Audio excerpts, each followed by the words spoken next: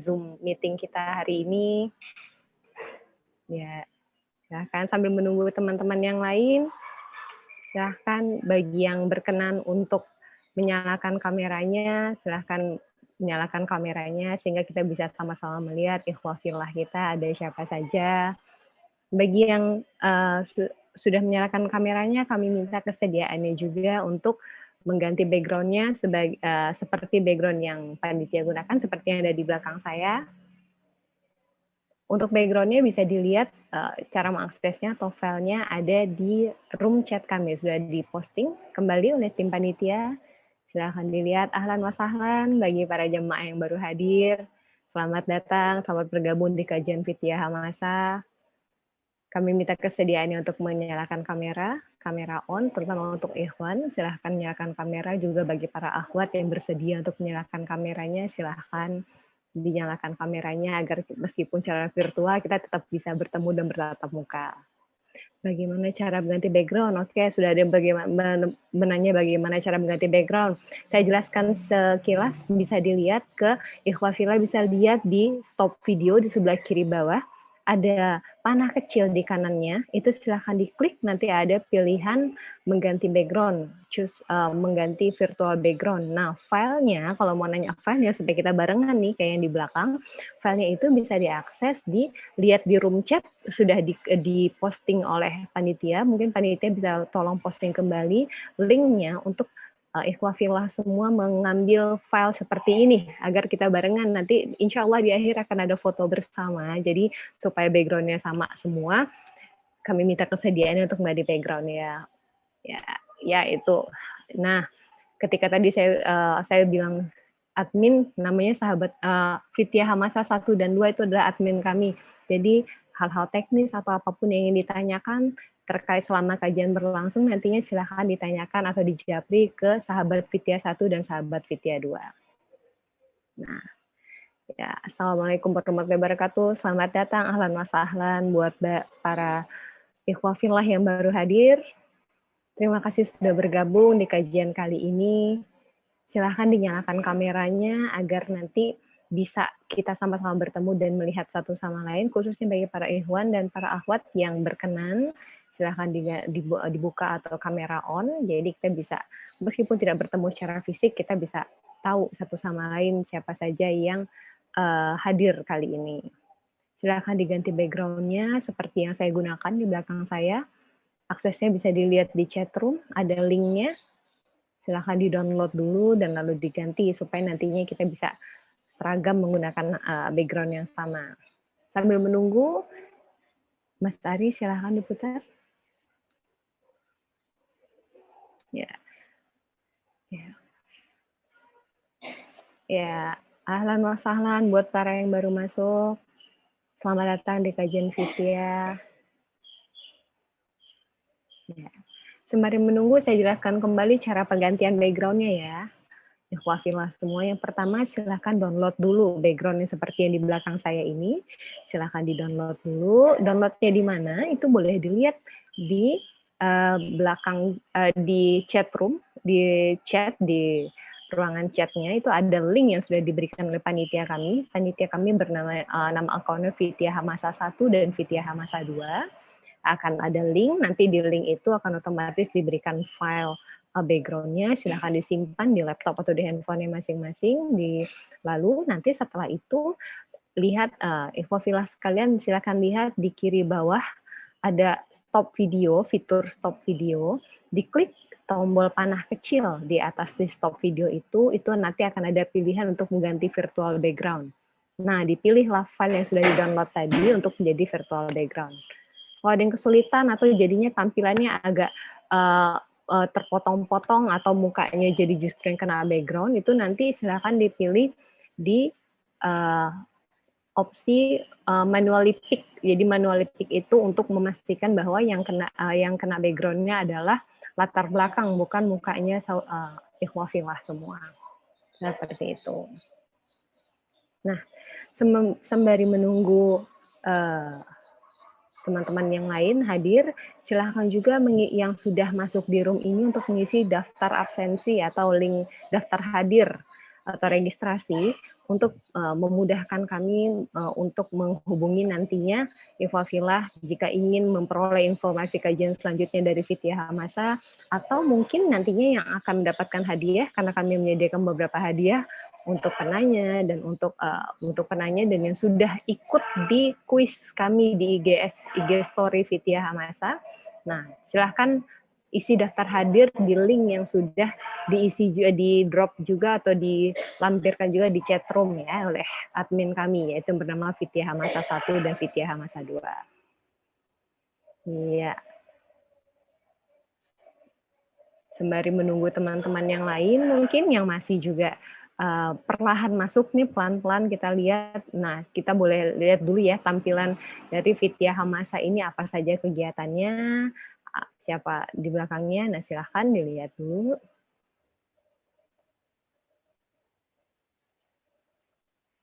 Ya, Assalamualaikum warahmatullahi wabarakatuh.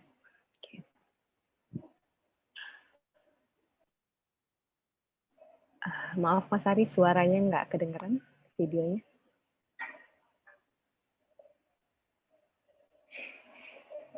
Mas Arinya di unmute dulu kali ya.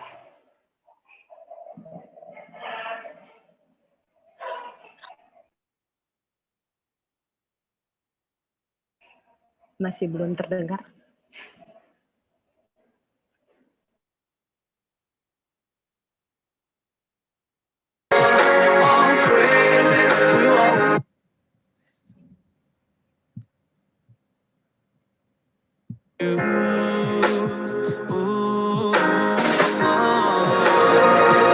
Kuntum khaira ummatin ukhrijat linnas.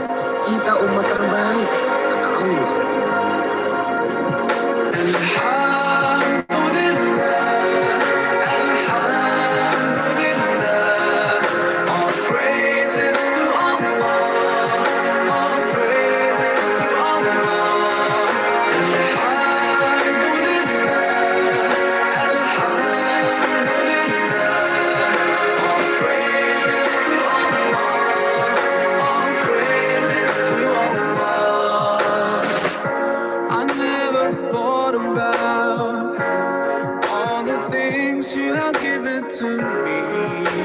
Ini beberapa kegiatan dari Fitiyah Hamasa, bisa dilihat.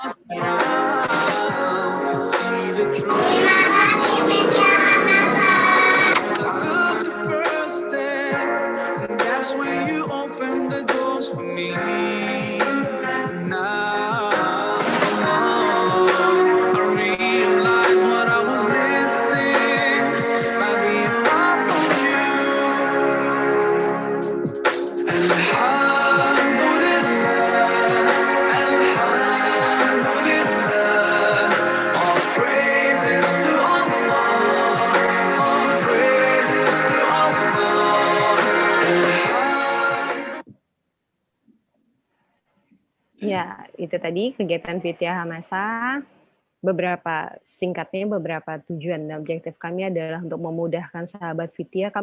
Sahabat Fitiyah ini kami memanggil para jamaah atau peserta kajian, para ikhwafillah itu dengan sahabat Fitiyah untuk memudahkan sahabat Fitiyah untuk memperdalam ilmu agama, memantapkan iman dan keistiqomahan dalam ketaatan, menjalin ukhuwah Islamiyah, dan family friendly taklim. Jadi disebut family friendly taklim karena memang sebenarnya konsep kami adalah ditujukan untuk keluarga muda, juga untuk memfasilitasi keluarga muda yang biasanya kalau kajian itu agak kesulitan atau terpikir bagaimana mungkin meninggalkan anaknya. Nah, kalau di Fitiyah Hamasa kami menyediakan playground yang akan sekaligus yang bisa dititipkan atau menjaga anak-anak dari ikhwafillah sekalian. Jadi sembari ayah ibunya kajian, anak-anaknya bisa dititipkan di playground seperti itu. Assalamualaikum warahmatullahi wabarakatuh. Selamat datang, ahlan wa sahlan bagi para sahabat Fitiyah yang baru hadir. Nah, silahkan bagi yang belum, saya ingatkan kembali ya, bagi yang belum mengaktifkan kameranya, silahkan diaktifkan kameranya sehingga kita bisa saling bertatap muka secara virtual satu sama lain. Bagi yang belum mengganti background seperti yang terlihat di belakang saya, kami minta untuk mengganti backgroundnya jika berkenan. Silahkan di-download di link yang sudah posting di chat room kami untuk mendownload filenya. Nah, lalu Nanti setelah di-download silahkan diganti dengan cara mengklik fitur di dekat stop video, ada tombol panah kecil di sana, silahkan diklik untuk mengganti virtual background seperti yang sudah digunakan oleh kami para panitia atau saya di belakang saya. Seperti itu. Bagi yang kesulitan untuk mengganti background atau sudah mencoba tapi tidak bisa, silakan hubungi admin kami di chatroom, bisa dijapri ke admin kami, namanya Vidya Hamasa 1 dan Vidya Hamasa 2. Nanti insya Allah akan dibantu oleh para admin kami untuk membimbing atau menunjukkan step by step cara penggantian background agar ibu, bapak, kakak, adik sekalian mudah mengganti background-nya. Seperti itu. Admin kami ini juga akan dengan senang hati membantu ikhwah sekalian ketika nantinya di tengah prosesnya ada pertanyaan atau ada kesulitan atau ada kendala karena memang ini semua dilakukan secara online, silahkan cek admin kami di Vidya Hamasa 1 dan 2 yang akan membantu kelancaran proses hari ini. Iya, pelan-pelan sudah mulai masuk lagi ikhwah sekalian. Ya. Nah, lalu mau mengingatkan kembali bahwa meskipun kajian kali ini kami meminta atau kami mengatur bahwa semuanya itu di-mute mikrofonnya, tapi bukan berarti ini tidak bisa interaktif. Ikhwah sekalian boleh mengajukan pertanyaan atau menyapa satu sama lain, tapi melalui fitur chat. Silahkan aktif di sana, nanti juga ketika Ustadz memberikan tausiah atau kajiannya, ada yang ingin bertanya atau ingin berespon, mungkin ketika Ustadz nanyakan sesuatu agar interaktif, silahkan dijawab atau standby di Zoom-nya, silahkan jawab di fitur chat. Gitu. Jadi kami akan melihat di sana, Ustadz juga akan melihat di sana ketika agar ada dua arah gitu. Jadi Ustadz tidak satu arah saja menyampaikan tausiahnya. Seperti itu. Bagi yang baru hadir, saya ingatkan kembali, jika berkenan silahkan untuk menyalakan kameranya agar kita bisa bertatap muka satu sama lain dan mengganti background-nya dengan background. Nah, alhamdulillah sudah beberapa ada yang mengganti background-nya. Jazakallah khairan sudah mengganti background-nya dengan yang mirip dengan yang kami punya. Sehingga kita bisa bersama-sama, bagi yang belum, kami persilahkan untuk ganti background-nya. Sehingga kita bisa, nantinya di akhir akan ada sesi foto bersama. Nah, untuk keseragaman, kami berharap semuanya menggunakan background yang sama, sehingga nanti bisa lebih indah ketika dilihatnya. Seperti itu. Nah, bagi yang baru hadir juga kami ingatkan untuk silakan mengisi daftar hadir atau registrasi yang telah diberikan linknya di chat room oleh admin kami untuk database kami sehingga nantinya ikhwah fillah semua bisa dapat informasi tentang kegiatan tidak hanya kajian ya karena Vidya Hamasa tidak hanya menyelenggarakan kajian, kegiatan-kegiatan lain apapun nantinya akan insya Allah akan kami informasikan melalui data-data yang ikhwah fillah semua berikan. Nah, dan juga untuk khusus untuk kajian kali ini, data itu akan kami gunakan nantinya jika ikhwah fillah memperoleh hadiah. Nanti akan ada beberapa hadiah yang kami persiapkan untuk kajian kali ini. Untuk proses distribusinya kami memerlukan nomor handphone atau alamat ikhwah fillah sekalian. Silahkan isi data hadir atau registrasi ya untuk itu, sehingga nantinya kami bisa mudah mengakses ikhwah fillah yang memperoleh hadiah atau door prize dari kami. Gitu. Ya, Assalamualaikum warahmatullahi wabarakatuh. Selamat datang bagi para ikhwah fillah yang baru bergabung. Ahlan wa sahlan. Selamat datang di kajian Sakinatul Jannah Vidya Hamasa. Silahkan aktifkan kameranya atau kamera on, khususnya bagi para ikhwan, karena yang lebih mudah mungkin ya, atau para akhwat yang berkenan juga kami persilahkan untuk menyalakan kameranya, sehingga kita bisa bertatap muka satu sama lain, meskipun saat ini kondisi hanya memungkinkan kita untuk melakukan kajian secara virtual. Jika berkenan, kami sangat menyarankan ikhwah fillah sekalian untuk mengganti background sebagaimana yang ada di belakang saya. Filenya, kalau yang tanya filenya di mana gitu, filenya ada di lihat di link di chat room, silakan ada link tree-nya untuk bisa diakses. Nah, di situ diambil kembali, diambil atau diklik link-nya untuk memperoleh file seperti ini dan digunakan menjadi filter background. Nah, cara menggantinya, seperti yang saya sampaikan tadi, silahkan lihat di pojok kiri bawah di tampilan Zoom-nya ikhwah fillah sekalian, Bapak-Bapak, Ibu-Ibu, dan adik dan kakak. Ada bagian stop video yang ada gambar video atau recordernya. Di situ ada tombol panah kecil, silahkan diklik tombol panahnya, lalu nanti dipilih change virtual background atau choose virtual background, nanti dipilih file yang tadi sudah di-download dari link kami yang diberikan di chat room. Seperti itu. Nah, selanjutnya kami akan putarkan kembali karena baru ada beberapa yang baru masuk. Kami akan putarkan kembali sambil menunggu jamaah lain yang perlahan masuk, ini satu persatu masuk gitu ya. Nah, silakan kami putarkan kembali profil dari Fitiyah Hamasah agar ikhwah filah sekalian tahu kegiatan Fitiyah Hamasah apa saja, dan nanti kalau ada masukan bagi kami atau ingin gabung di salah satu kegiatan lain selain kajian bisa menginformasikan kepada kami. Oh iya, jangan lupa di follow IG account Instagram kami yaitu @fitiyahhamasah, karena utamanya atau mainnya dari informasi, alur informasi akan kami posting di feed atau di IG story dari account kami yaitu @fitiyahhamasah. Silahkan untuk videonya ditampilkan kembali. Kuntum khaira ummatin ukhrijat linnas. Kita umat terbaik, kata Allah.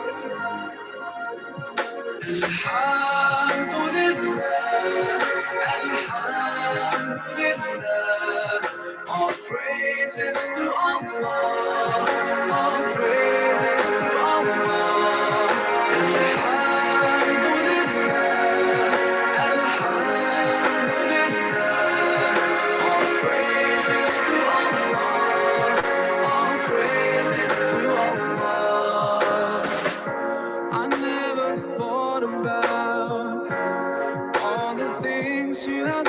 To me, never thanked you once. I was too proud to see the truth. I took the first step, and that's when you opened the doors for me. Now I realize what I was missing by being far from you.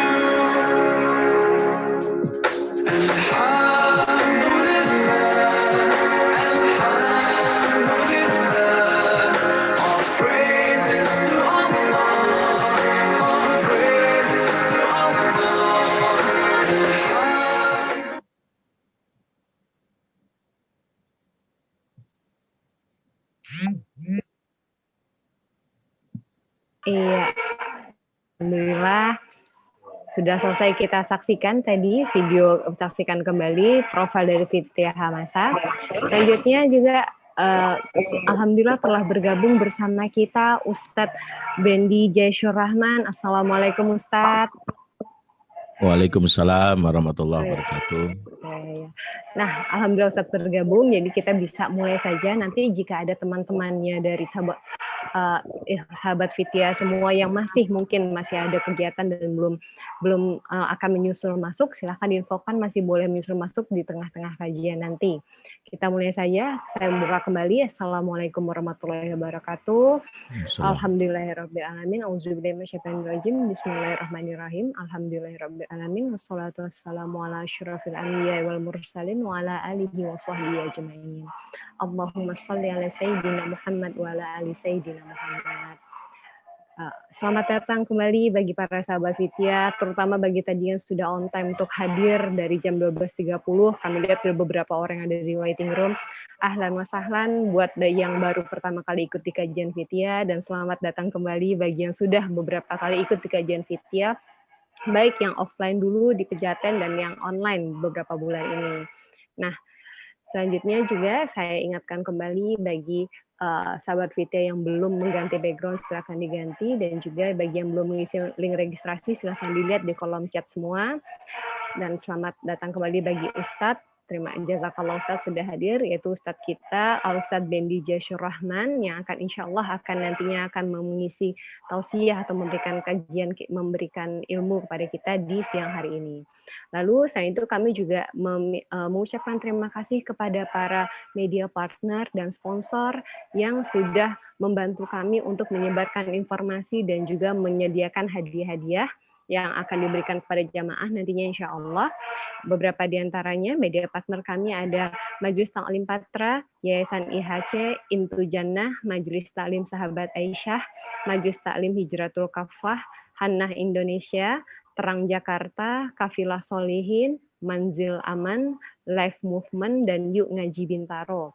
Adapun beberapa sponsor yang sudah dengan berbaik hati mensponsori acara ini adalah Al Khansa Kitchen, Duduk Sore, Flower Tree Gallery, Sajat Muslim, dan Seleranya Ibu. Jazakallahumma khairan kasiron untuk keseluruhannya. Semoga Allah balas dengan berlipat-lipat pahala. Amin. Allahumma amin. Nah, selanjutnya, tadi sudah ada beberapa hal yang kita sampaikan kan akan disampaikan kembali terkait terutama tentang peraturan atau tata tertib di kajian kali ini. Yang pertama, kami sangat berharap ikhwah fillah sekalian menyalakan kamera atau kamera on, terutama bagi yang ikhwan, sehingga kita bisa saling bertatap muka. Lalu bagi yang akhwat, terutama kami harap untuk menutup aurat menggunakan hijab dan baju yang menutup aurat, agar nantinya tidak menjadi fitnah atau menjadi dosa bagi yang lain yang melihatnya. Silahkan diambil jilbab atau mengkenanya untuk sementara dipakai jika ingin menyalakan kamera. Lalu memakai wangi-wangian jika bagi yang ingin memakai wangian untuk memuliakan malaikat yang hadir, karena kita tahu di tiap kajian dihadiri oleh ribuan malaikat. Lalu tidak makan atau minum di depan kamera. Jika ingin yang makan atau minum, silahkan keluar sebentar dari kamera. Lalu mic-nya atau mikrofonnya akan kami setting dalam keadaan mute, sehingga nantinya kalau ada yang ingin disampaikan, silahkan sampaikan melalui chat. Boleh di chat to everyone, ke semua orang, atau di japri ke admin kami, yaitu yang bernama Fitiah Hamasa 1 dan Fitiah Hamasa 2. Lalu kami juga menghimbau untuk meluruskan niat hanya karena Allah, untuk mencari ridha Allah, dan berdoa untuk agar semua ilmu yang kita dapat ini adalah ilmu yang bermanfaat dan dijauhkan dari ilmu yang tidak bermanfaat. Bismillahirrahmanirrahim. Allahumma inni nas'aluka ilman nafi'an wa na'udzubika min ilmin la yanfa'. Nah, berikutnya kebetulan alhamdulillah Ustadz kita sudah hadir, yaitu Ustadz Bendy Jasyur Rahman, yang akan memberikan tausiah hari ini, yaitu yang berjudul Sakinah Fil Jannah. Assalamualaikum kembali Ustadz. Waalaikumsalam warahmatullahi wabarakatuh. Oke, ya. Nah, Ustadz, di tampilan layarnya itu kita udah lihat profil singkat dari Ustadz. Nanti juga jika Ustadz ingin memberikan kembali atau menyampaikan kembali profilnya, tafadhol ya Ustadz. Oke, nah ya berikutnya ini ke waktu dan tempat kami persilahkan pada Ustadz untuk memulai materi atau menjelaskan profil terlebih dahulu. Tafadhol Ustadz. Baik. Terima kasih Mbak Citra yang sudah mengantarkan kita dengan baik sekali ke sesi kajian di siang hari ini. Bismillahirrahmanirrahim. Assalamualaikum warahmatullahi wabarakatuh. Alhamdulillah, assalatu wassalam ala rasulillah wa ala alihi wa sahbihi wa mawalah. Asyhadu an la ilaha illallah wahdahu la syarikalah wa asyhadu anna Muhammadan abduhu wa rasuluhu la nabiyya ba'dah wa la haula wa la quwata illa billahi wa ba'd. Ikhwatal iman, a'azakumullah jami'an, yang saya muliakan, saya hormati pimpinan Majelis Taklim Fitiah Hamasa dan juga para pengurusnya yang mengadakan program taklim di siang hari ini buat ayah dan bunda, ikhwan wa akhwat fillah, ya, jomblo lillah maupun jomblo lelah, ya, yang menghadiri majelis kita di kesempatan di siang hari ini. Alhamdulillah kita memuja dan memuji Allah atas karunia-Nya di kesempatan siang hari ini, diberikan kita kesempatan untuk mengisi waktu akhir pekan kita, di mana sebenarnya waktu akhir pekan di siang hari ini sebenarnya waktu-waktu yang rawan ya untuk mengisi kajian ya. Sebenarnya ini waktu bagian halusinasi kata orang. Karena kalau kita sudah makan ya, kemudian kita berada di ruangan yang nyaman, ya ber-AC, Masya Allah, ini godaan yang berat. Makanya pahala itu kata Rasulullah, innal jaza ya, sesungguhnya balasan itu tergantung ya besarnya ujian ya, tergantung besarnya bala ya, besarnya ujian. Jadi kalau kita lihat orang yang di siang hari ini masih bisa terjaga, matanya melek ya, Sebab tadi ada aturan dari Mbak Citra selaku host ya untuk menayangkan bagaimana video untuk bertahan Iya, melek gitu ya. Masya Allah. iya Ustaz. Ini berat banget ini. Tapi insya Allah pahalanya luar biasa ya. Karena Amin. beratnya kita berusaha untuk duduk dalam majelis bersabar ya. Ya dan apalagi mungkin bagi yang seorang ibu di sini ya bersambil nidurin anaknya mungkin. Ada juga yang mungkin ya sedang berada mungkin tugas-tugas yang lainnya, maka ini adalah sesuatu yang luar biasa ya yang harus kita syukuri. Di kesempatan siang ini kita memuja dan memuji Allah karena Allah lah yang hari ini di tengah kesulitan kita berkerumun, berkumpul karena masa pandemi yang belum usai, bahkan kita tahu bahwa angka korban atau penderita meningkat dan ring atau lingkaran orang-orang yang terkena COVID ini juga semakin dekat dengan kita, maka kita sulit untuk mungkin seperti biasanya berkumpul atau berkerumun dalam majelis yang selalu kita adakan. Namun tetaplah kita memberikan hak Allah, salah satunya memujanya meskipun dalam situasi sulit karena kalau kita renungkan, kita pikirkan di balik kesulitan yang hari ini kita rasakan masih ada kemudahan yang Allah berikan.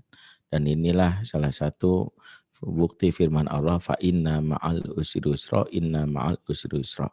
Di balik kesulitan itu ada kemudahan. Dan kita rasakan hari ini betapa walaupun sulit Allah dalam hal ini memberikan nikmatnya lewat teknologi yang hari ini kita manfaatkan. Ya bagaimana kita bisa terhubung dari rumah masing-masing lewat teknologi digital, lewat Zoom dan semisalnya perangkat yang nggak kebayang mungkin akan muncul di masa pandemi ini dan ini nikmat yang Allah berikan buat kita, wajib kita syukuri. Nggak kebayang kalau pandemi ini terjadi 30 tahun yang lalu ya kan, di mana belum ada teknologi, belum ada gadget.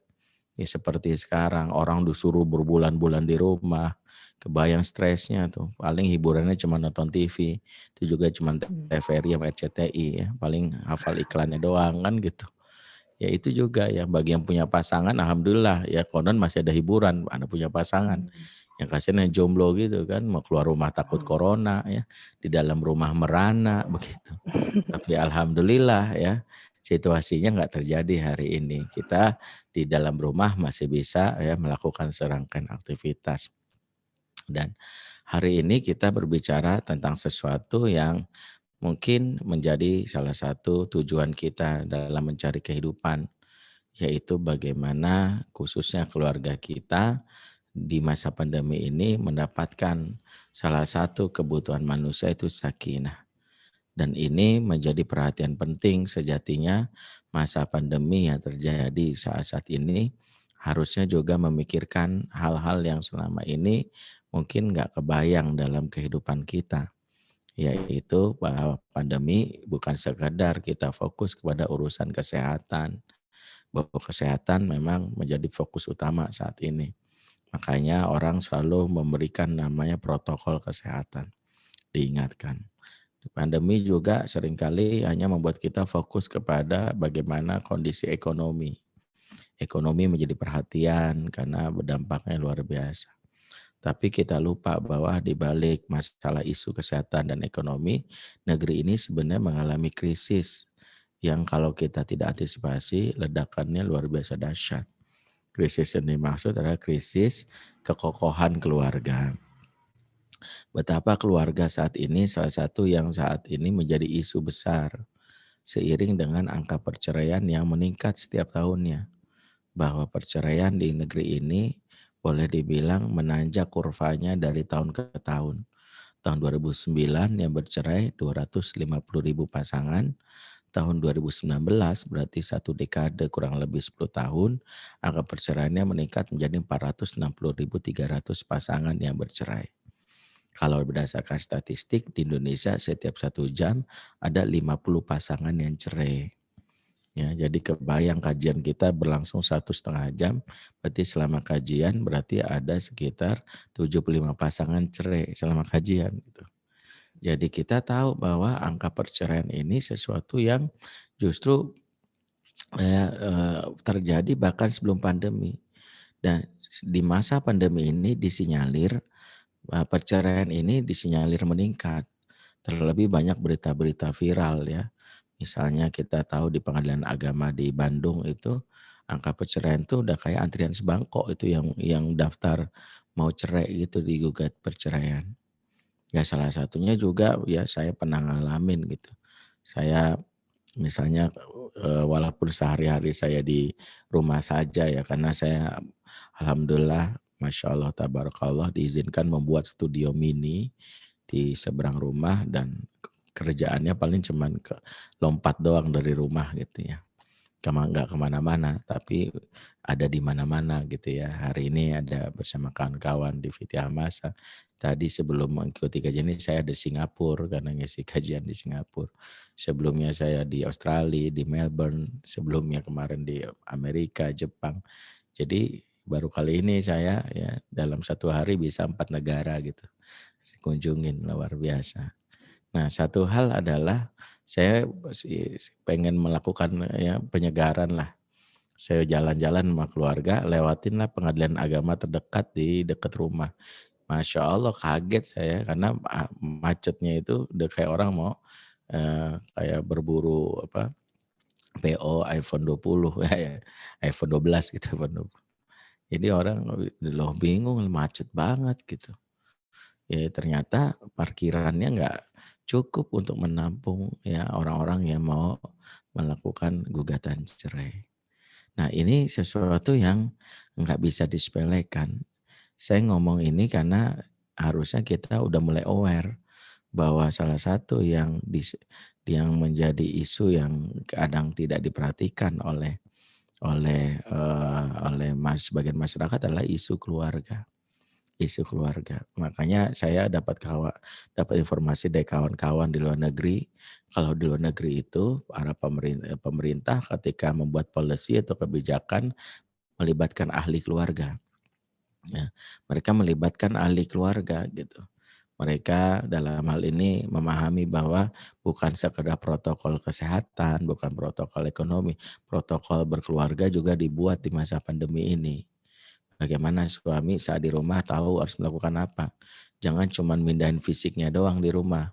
Tapi anak-anak nggak mendapatkan stimulasi bagi istri juga nggak dapat. Jadi jangan mindahin fisik ya kan. Gue kerja pada anak itu lebih menyakitkan. Ya ada di depan mata tapi nggak terjangkau. Ya kan ini persis ya kayak seseorang yang melihat gebetan tapi batal nikah kan nyesek gitu ya. Ya kenapa? Karena sering dilihat tapi nggak bisa dijangkau. Engkau tuh ibarat rembulan gitu ya, kupandang setiap malam tapi nggak bisa kusentuh gitu. Nah seperti itulah bapak-bapak model kekinian zaman now ada di rumahnya tapi anak tetap berjarak gitu.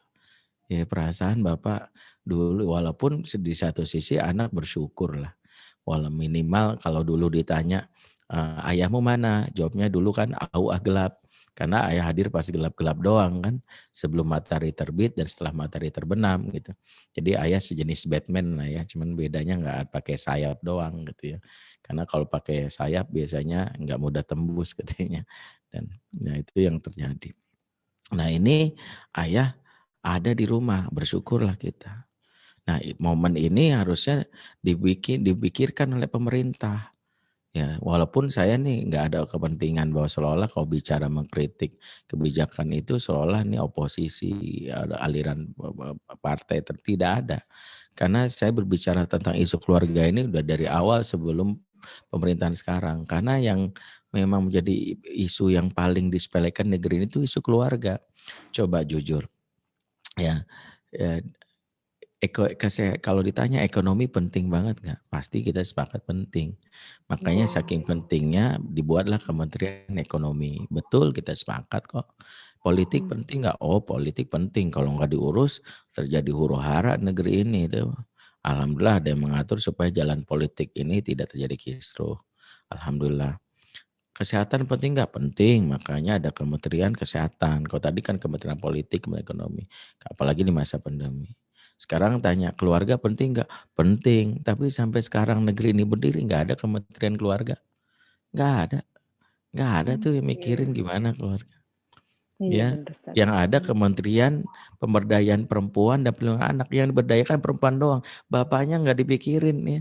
Akhirnya bapak berpikir ya gue sih udah nyantai, lu tuh diurus sama menteri, gue sih urusannya gimana caranya bikin banyak perempuan, kan akhirnya perempuan diperdaya semua sama laki-laki. Karena kan Kementerian Pemberdayaan Perempuan di mana yang laki-laki memperdaya banyak perempuan untuk mau dinikahi kan gitu. Akhirnya ini yang disalahpahami. Ya kalau ditanya bapak nih dari mana? Dari Kementerian Pemberdayaan Perempuan.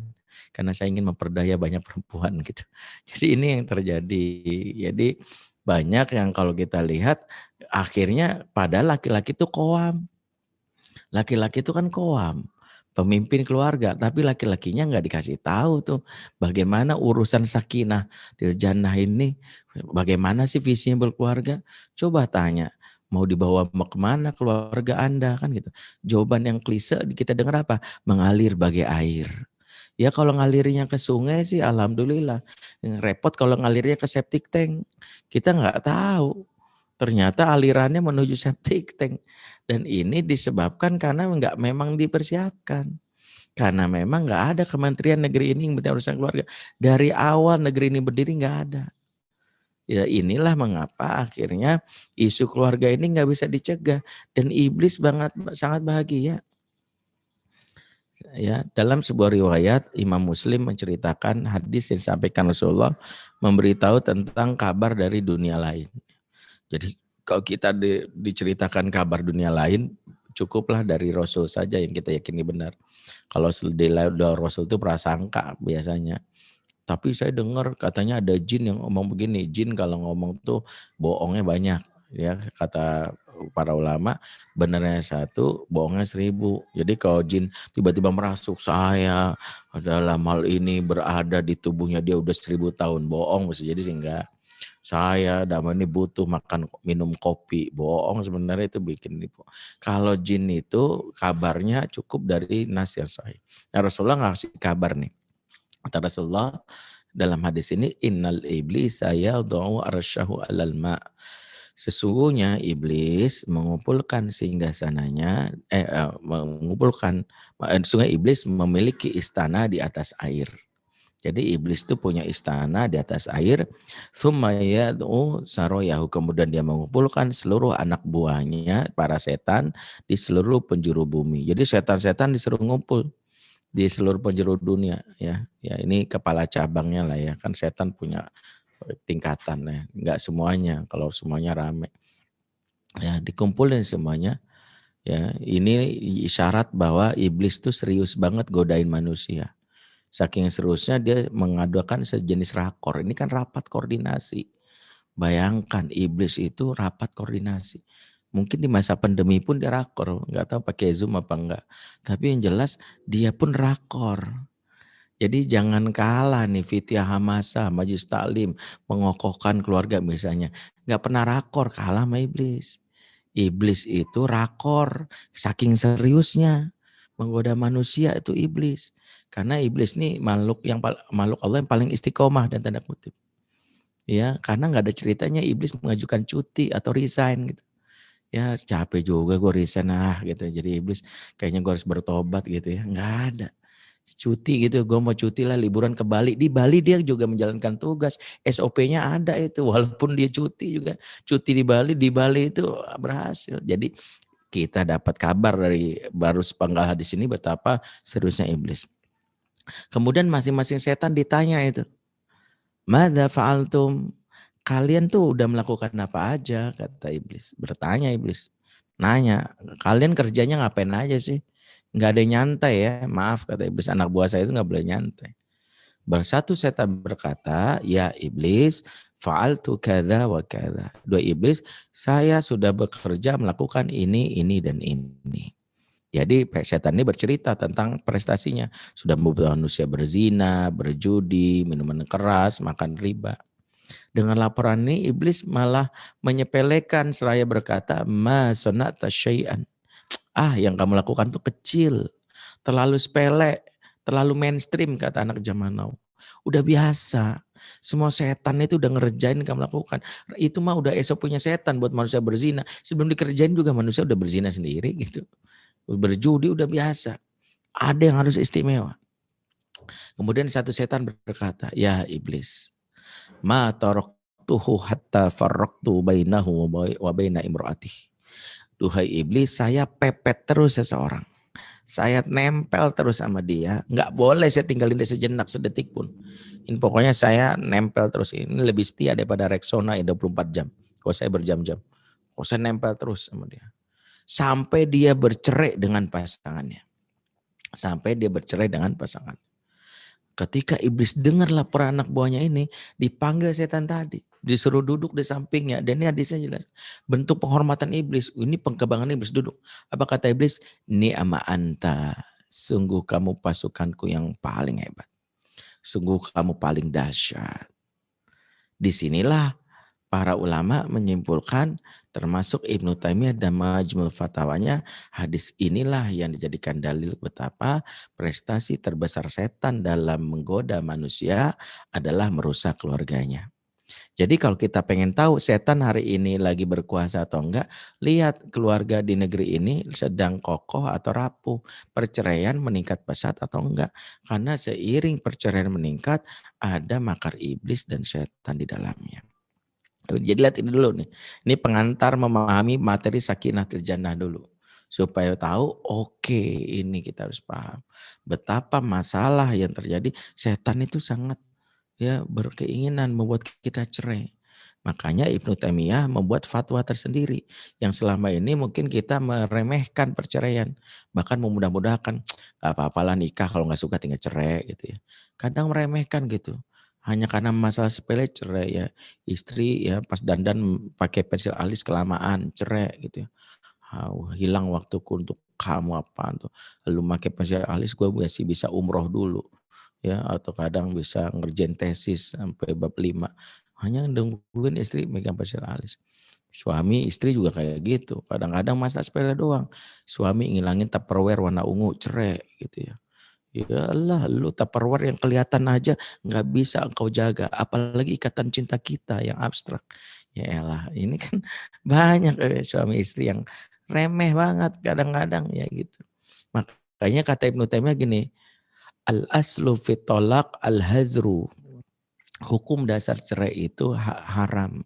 Kata beliau, innama ubiha minhu bil qadril hajah. Kalaupun dibolehkan harus berdasarkan kebutuhan yang mendesak.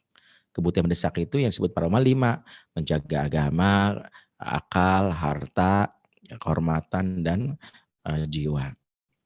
Itu yang jadi nggak mudah-mudahan cerai gitu. Nah, ini harus kita pahami kenapa cerai ini ya. Ya saya bahas ini kenapa sih Ustadz mulainya dengan ini? Karena saya ini sehari nerima WA kasus online WA curhat online itu ke HP saya sehari minimal 50 curhatan. Dalam sebulan 1.500. Jadi saya sebelum tidur itu saya cuman voice note mulu ayah bun gitu. Jadi saya tidur larut sama bangun tidur tuh iseng aja kerjaan saya gitu. Sehari ini saya ada 200 yang WA saya yang mau konsul 256. Ya 256 itu belum dijawab. Tapi kenapa saya bahas ini? Karena dari yang curhat ini saya kan dikenal sebagai praktisi parenting ya. Dalam hal ini saya biasanya nanganin anak-anak karena dulu saya konsul anak remaja. Tapi dalam beberapa tahun belakangan ini saya justru mendapati kasus yang saya terima itu perceraian, konflik, nggak betah, apalagi masa pandemi ini. Rata-rata dari 50 yang curhat pagi ini misalnya, atau yang hari ini, itu 40 lah, atau berarti sekitar 80% tuh ngomongin tentang pasangannya. Ternyata ini dahsyat saya bilang. Dan kalau kita perhatikan, kenapa iblis sangat menginginkan kerusakan rumah tangga itu? Karena dari kerusakan rumah tangga itu iblis membuat step-stepnya. Biasanya dari kerusakan rumah tangga itu muncul kerusakan baru. Maaf ya, misalnya contoh ya suami istri cerai. Maka iblis berhasil minimal menimbulkan permusuhan. Ya udah mulai tuh dulunya waktu masih suami istri manggilnya ay beb gitu, ayam bebek kan gitu ya. Begitu udah cerai nyet gitu ya. Udah beda itu. Bahkan ada yang lebih ekstrim manggilnya ikan asin gitu, ada tuh yang kayak gitu tuh. Nah ini kayak gitu tuh. Dulu mesra manggilnya. Ya berarti iblis berhasil membuat seorang bermusuhan, dan bermusuhan itu sangat disukai oleh iblis dan setan. Yang kedua, biasanya habis itu masing-masing akhirnya mengalami ya stres, depresi, tekan, kadang mengutuki diri, buat apa aku rajin sholat, percuma gitu ya. Ya, aku rajin sholat ternyata hidupku begini. Akhirnya mulai tuh maaf, tapi mudah-mudahan saudara kita yang mungkin pernah ngalamin ini nggak seperti, ada yang buka jilbabnya, ada yang dalam hal ini balakan murtad, ada yang akhirnya bahkan yang laki-lakinya mabuk, berzina, sewa PSK. Berarti yang kedua, iblis melakukan, wih sukses. Karena dari satu perceraian, dua. Selesai? Enggak. Setelah iblis berhasil membuat permusuhan antar keluarga besar. Keluarga mantan istri ngomong, kasih nasihat nih. Makanya gue kasih tahu ya, lain kali kalau cari suami jangan dari suku ini ya. Suku ini tuh brengsek emang cowoknya. Satu keluarga besar, satu suku tuh langsung di stereotip. Gitu ya. Dari keluarga mantan suami juga gitu. Lain kali ya kalau cari bini nih, gue kasih saran ya. Ngasih nasihat doang nih. Jangan dari suku ini ya. Lu jadi pelajaran kan sama bini lu dulu tuh. Suku ini tuh celamitan ceweknya, matre tuh langsung. Stereotip. Udah ketiga tuh. Selesai? Enggak. Dari situ anak-anak yang hasil pernikahan ini bingung mau berinduk ke siapa. Mau ke emaknya ternyata enggak nyaman karena ngomel-ngomel mulu. Yang ada emaknya setiap hari curcol. Kamu tahu enggak mama ini korban bapakmu nak. Setiap hari disakiti terus. Orang lain makan daging, mama makan ati. Itu yang terjadi. Kamu tahu orang lain kurus karena Herbalife. Mama this is my life. Ini terjadi. Banyak tuh emak-emak gitu cerita. Gak betah sama emaknya. Mau ke bapaknya juga, lah mama kamu dengerin. Mama kamu kan stres. Ya bapak nemuin di pinggiran lampu merah. Lagi nangis, udah nikahin. Jadinya begini. Tuh saling menjelek-jelekan. Makanya anak-anak gak betah. Ujung-ujungnya mereka gak mau tinggal di rumah. Jadilah mereka di jalanan, di kafe, di mall. Rumah boleh jadi mewah, tapi tak mampu membuat anak-anak pulang. Disinilah petaka pertama pengasuhan ketika rumah tak lagi dirindukan. Disitulah awalnya iblis mampu mencetak kader-kadernya. Anak-anak yang tidak dididik lewat rumah, lebih banyak di jalanan, sangat rentan. Saya katakan sangat rentan bukan berarti semuanya bakal gitu, sangat rentan. Jadilah mereka mungkin pinter, tapi jadilah mereka bermoral buruk di masa depan. Disinilah iblis memuat makar yang luar biasa, dihancurkan rumah dari sekarang, karena 20 tahun kemudian akan muncul generasi yang berasal di rumah yang broken. Jadi tahu kan ini betapa ini nggak bisa dianggap sepele. Ya, udah mulai melek belum? Ya kalau masih tidur saya nganterin Masih lagi dengan melek, cerita. Ustaz. Melek, alhamdulillah. Alhamdulillah. Masih melek. Saya sengaja pengantarnya agak serem-serem. Kan kalau ngomongin setan orang tuh seneng gitu ya. Jadi waspada gitu. Jadi aware ya, pertama, Ustaz. lo kenapa ada suara ayam? Ayamnya bangun kesiangan nih, dia mengucapkan selamat hari pahlawan kesiangan gitu ya, karena telat dia. Oke. Baik. Jadi itu yang pertama. Jadi maka dasarnya adalah seperti itu. Maka sekarang bagaimana Ustadz? Nah, satu, momen pandemi adalah momen istimewa. Bahwa Allah menjadikan momen pandemi ini sebagai sebuah upaya untuk memberitahu, kuberikan kau kesempatan minimal selama ini. Waktu yang selama ini engkau anggap sebagai enggak punya kesempatan berkomunikasi sama pasanganmu, sama keluargamu, nih kuberikan. Manfaatin tuh. Jadikanlah momen pandemi ini sebagai satu upaya membayar hutang pengasuhan atau hutang kepada pasangan. Utang nih bukan sekadar urusan uang saja. Jangan-jangan kita udah lama enggak candlelight dinner. Sekalinya candlelight dinner pas mati lampu kemarin, ya. Pas lagi ke Jakarta kena mati lampu itu se-Jawa gitu ya. Kita candlelight dinner itu juga dibarengin sama ya gorengan doang gitu ya di rumah masing-masing. Jadi kita mungkin baru sadar. Ayah yang selama ini di rumah, yuk manfaatin. Ibu juga momen-momen ini momen untuk menjadikan anak-anak merasa betah. Ingat, inilah momen yang disebut sebagai memorable moment. Harusnya jadi memorable moment. Tahu memorable moment? Momen yang kelak anak kita akan cerita lagi di saat dewasa. Kemarin tuh ada judul film sempat tenar. Nanti kita cerita tentang hari ini. Anak kita akan menceritakan tentang hari ini nanti dengan cerita yang indah. Masya Allah, dulu tuh papa cerita dia udah jadi seorang tahun 2020 waktu ingusnya masih netes tuh kemana-mana. Ya, dulu masih kecil, seneng banget. Waktu itu selama ini gak pernah ketemu sama kakek kamu sendiri di rumah. Mama selagi di rumah luar biasa banyak kreasi dengan mama. Sebelum pandemi kan mama cuman sarapannya nggak pindah, pagi mie goreng, siang mie rebus, malam mie goreng direbus, besok pagi mie rebus digoreng. Misalnya seputar itu doang kan. Ada mama zaman now kan pinter banget bikin rendang, soto, sop dalam bentuk mie instan. Yang penting mah rasanya kan gitu. Yang penting rasa gitu ya kalau urusan. Kan gitu dalihnya yang penting rasa. Jadi rasa itu yang dijual gitu. Tapi setelah di masa pandemi, ya Allah, papa bersyukur banget ya. Waktu kecil tuh mama ngajakin ya ngaduk dalgona coffee sampai otot papa gede sebelah nih sebelah kanan nih. Kamu sejarah tahu kan kenapa otot papa sebelah kanan gede? Ini karena ngaduk dalgona coffee sebulan gitu. Jadi misalnya gitu. Jadi ada momen yang membuat anak cerita indah gitu. Jangan jadi momen ini momen traumatik nih. Mama ada nggak di sini mama yang ngajarin anaknya? Ya. Jangan jadi Banyak, Ustaz. banyak. Jangan jadi momen traumatik. Jangan anak-anak malah masa pandemi ini berdoa kenceng, ya Allah. Angkatlah wabah penyakit corona nih ya Allah. Bukan takut corona ya Allah. Takut sama mama ya Allah. Kalau corona bikin batuk, pilek. Kalau mama bikin stres, pusing, sakit kepala, muntah, mata berkunang-kunang, mual. Ya Allah kan sampai begininya tuh anak. Maka momen seperti ini kita harus menyadari. Ambil ini. Tapi kan gak mudah Ustadz. Pandemi ini kan menyisakan banyak. Kita juga pusing dengan urusan betul. Kita memang saat ini melihat ada dua sisi nih. Sisi buruknya kita dalam kondisi yang mungkin cemas. Cemas berkaitan dengan ekonomi, kesehatan. Dan bahkan cemas dalam urusan terkait dengan tanggung jawab baru.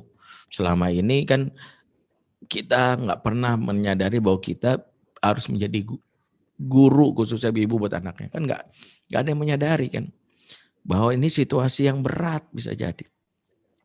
Tapi terima dulu. Kenapa? Terima kondisi adalah upaya kita untuk mendapatkan sebuah hikmah. Karena penolakan terhadap kondisi seperti ini malah membuat kita sulit ya untuk beradaptasi.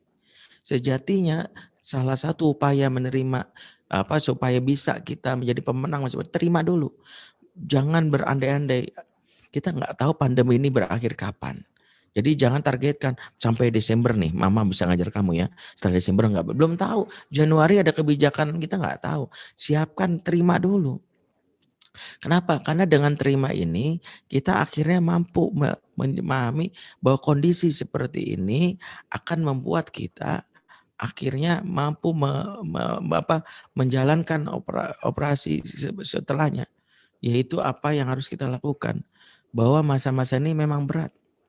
Ya saya tahu banget banyak emak-emak yang cerita ya.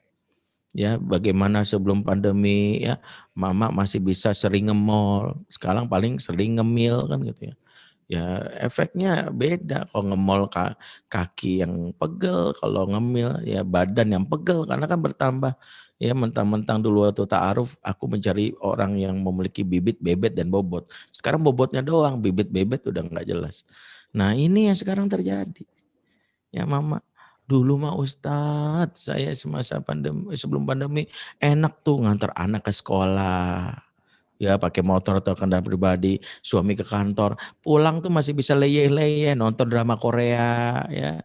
Gitu ya, atau sinetron di Indosiar yang ada lagunya Rosa, Ku Menangis. Kejadiannya ke saya. Sekarang saya merasakan menangisnya kan gitu.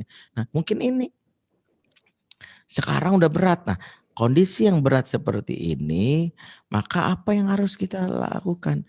Satu, bahwa berat itu jangan minta diringankan, tapi diminta kita menguatkan. Karena ketika Allah Subhanahu wa taala memberitahu kepada Rasul tentang tugasnya ketika sudah menjadi nabi, saat wahyu turun, Allah memulai dengan kalimat gini, ya ayyuhal muzammil, wahai orang-orang yang berselimut.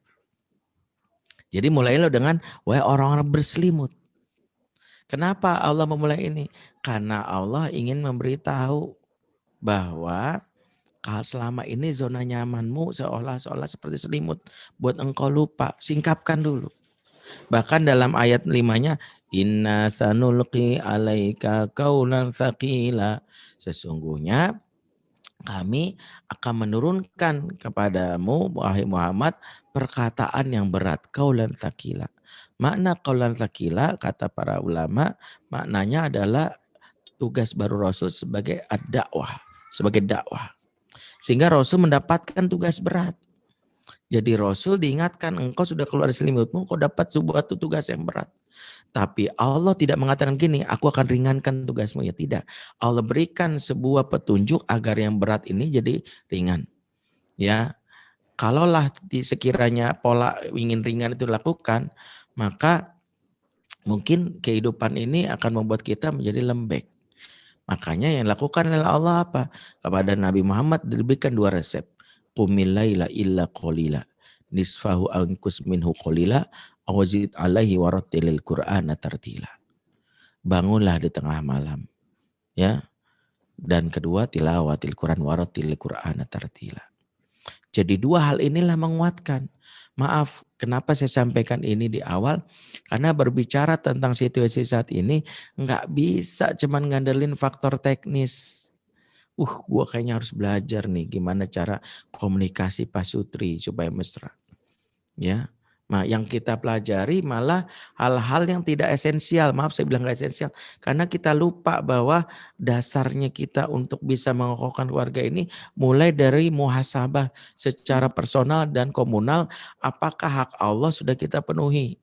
Karena sakinah yang hilang itu bukan disebabkan karena kita gak bisa komunikasi. Bukan. Sakinah hilang itu karena dicabutnya keberkahan dari Allah Subhanahu wa taala. Karena ingat, sakinah itu diturunkan oleh Allah dari langit. Lihat surat Al-Fat ayat 4. Walladzi anzala sakinata fi qulubil mu'minin. Dia Allah yang menurunkan sakinah kepada hati beriman. Jadi sakinah itu diturunkan. Jadi Allah yang mendatangkan. Jadi nggak bisa kita ciptakan. Jadi nggak bisa memikir bagaimana mewujudkan sakinah itu hanya sekedar teori-teori gitu. Kita pelajari ya kadang-kadang ya rayuan-rayuan gombal ya. Bapak kamu supir angkot ya. Kok tahu? Soalnya kamu ngetem terus di hati aku. Adalah istri habis itu sih iya senang, habis itu muntah-muntah. Nggak bisa juga, hati nggak bisa bohong. Ya, kita kadang-kadang ngandelin sesuatu yang sifatnya hanya urusan seperti itu atau berlomba, wah masa pandemi ini harus sedikit romantis ya. Kirimin puisi, salah kirim puisi. Yang dikirim puisinya Khairil Anwar, aku ini binatang jalang. Ini dibalas, emang kata gitu. Ya karena salah kirim puisi. Ada yang semangat kirim puisi, ya puisinya Khairil Anwar yang itu. Pangeran di Penogoro. Ini kan puisi perang, ngajak ribut orang itu ya. Jadi makanya jangan ngandelin itu. Yang membuat kita itu sakinah dan ikatan kita kokoh, rumusnya surat Al-Anfal ayat 63. Wa allafa baina qulubihim. Dialah Allah yang menyatukan hati. Itu dulu rumusnya. Dan Allah menyatukan hati. Law anfaqta ma fil ardi jami'a ma alafta baina qulubihim. Kalau kamu diminta mengumpulkan harta di muka bumi untuk menyatukan hati mereka, ya, ma alafta baina qulubihim, enggak bakalan bisa. Allah tantang tuh, kamu punya uang banyak, kasih, enggak bisa. Ya. Kadang kita tuh kan seneng ya berimprovisasi. Ya, bikin puisi buat pasangan. Ada puisi yang paling disukai pasangan. Ya. Judulnya transfer. Ya, aku transfer kamu 200 juta sayang. Itu puisi yang paling indah. Singkat, padat, ngejelep ke hati. Ya, saya yakin bapak-bapak di sini ya belum semuanya mampu buat puisi seperti ini. Padahal puisinya singkat banget itu. Ya, dan di bawahnya ada tulisan gitu tanggal doang gitu. Ya, itu. Jadi kadang-kadang kita perempuan itu. Tapi puisi yang tadi saya sebutkan itu nggak bisa lama-lama. Uang sih banyak. Tapi hati nggak bisa bohong kalau nggak mendapatkan ketenangan bersama kamu.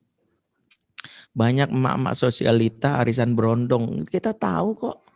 Uangnya banyak bejibun tapi kepuasan batin nggak bisa diperoleh karena mereka mencarinya lewat harta. Karena mencarinya, maka kata Allah, walakinallahu alafa bainahum, nggak bakalan bisa Allah menyatukan.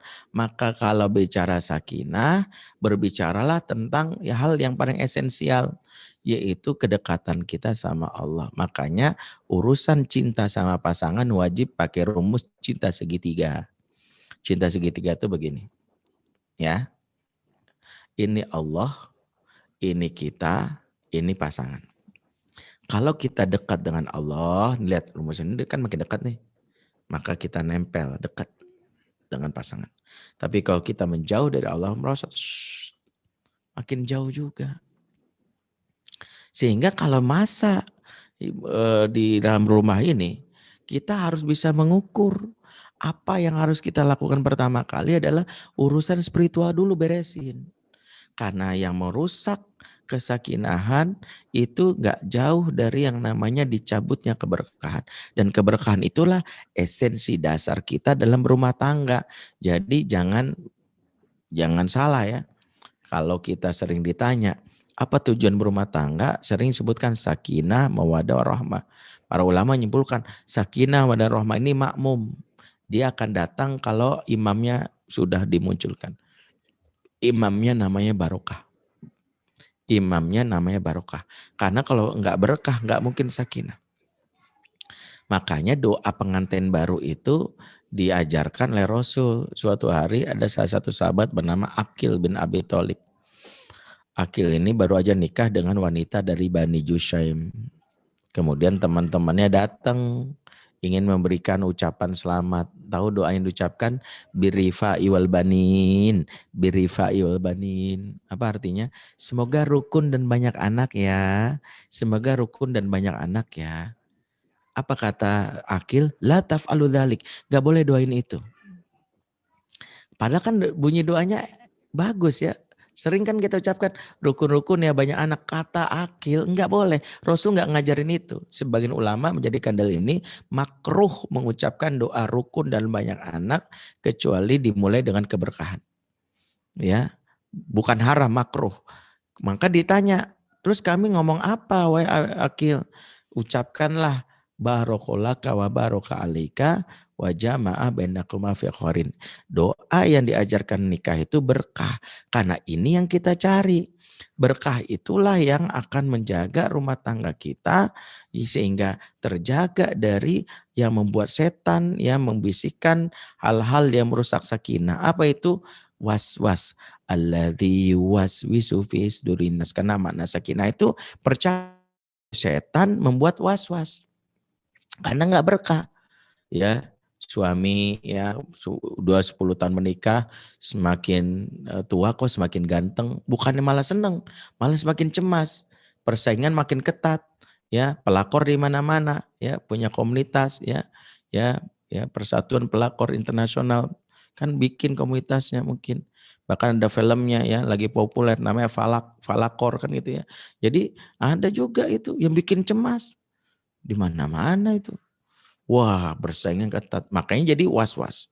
Wah, begitu HP suami kegeletak, pasti itu istri cek handphonenya.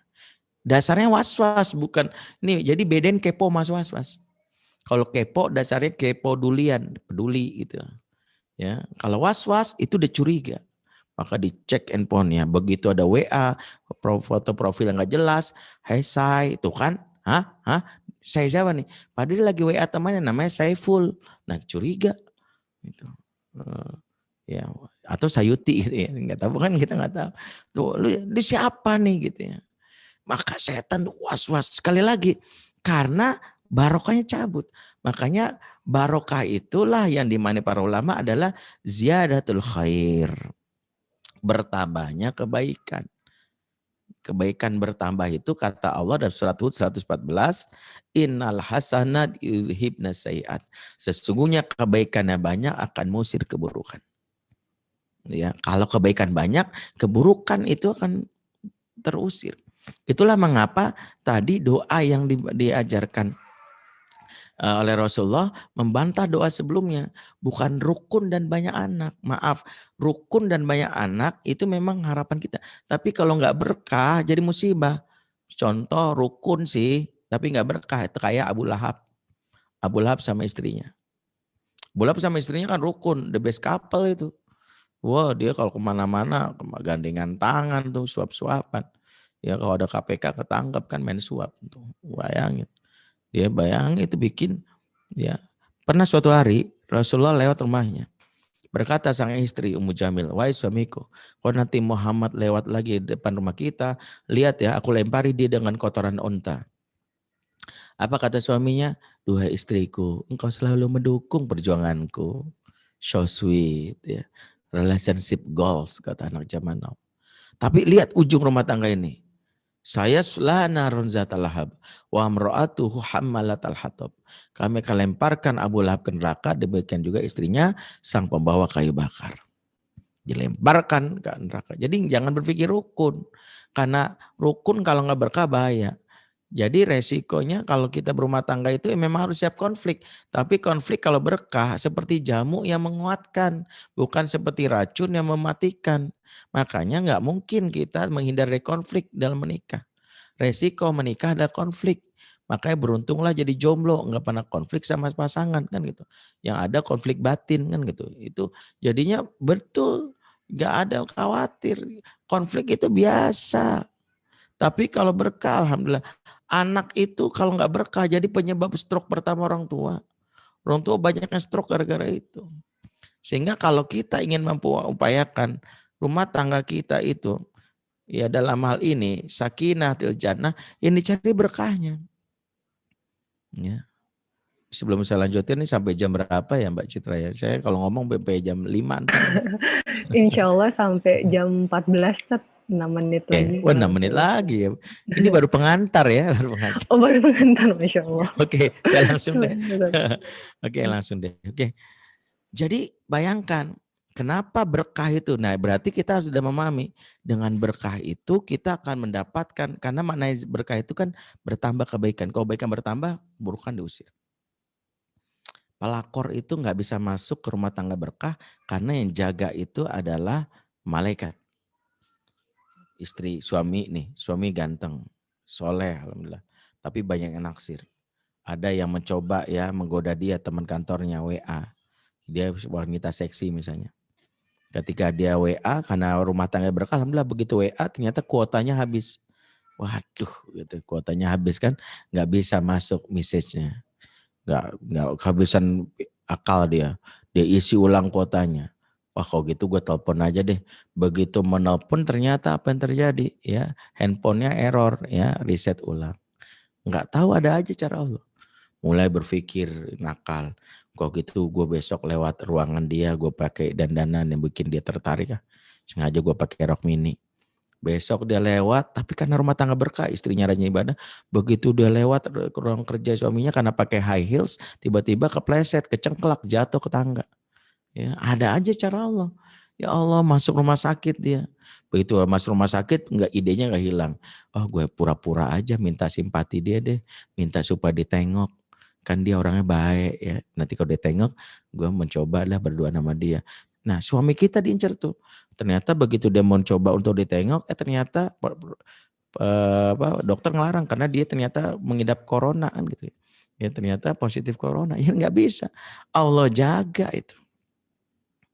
Jadi kenapa berkah itu yang harus kita cari. Karena itulah mengapa cara paling mudah untuk menjaga ya nama sakinah sampai jannah keberkahan itu yang cari. Dan keberkahan itu tidak mungkin hadir jika masih adanya penghancur keberkahan. Yang selama ini kita rasakan yang namanya adalah az-zunub atau dosa. Makanya penghancur pertama keberkahan itu dosa. Ya. Dan dosa inilah yang menyebabkan perceraian.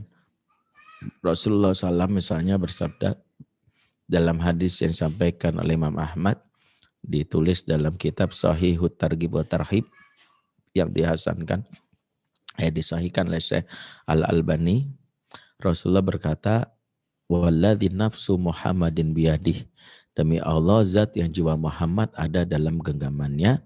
Rasulullah memulai hadis ini dengan sumpah untuk memberitahu bahwa betapa pentingnya masalah ini sampai Rasul memulai dengan sumpah. Apa kata Rasulullah? Ma tawadda ithnani fafurriqa bainahuma illa bidzambin yukhdisuhu ahaduhuma.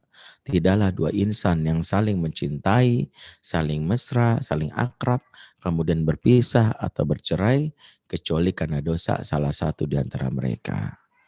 Jadi dosalah yang menyebabkan perceraian, bukan komunikasi, bukan ekonomi.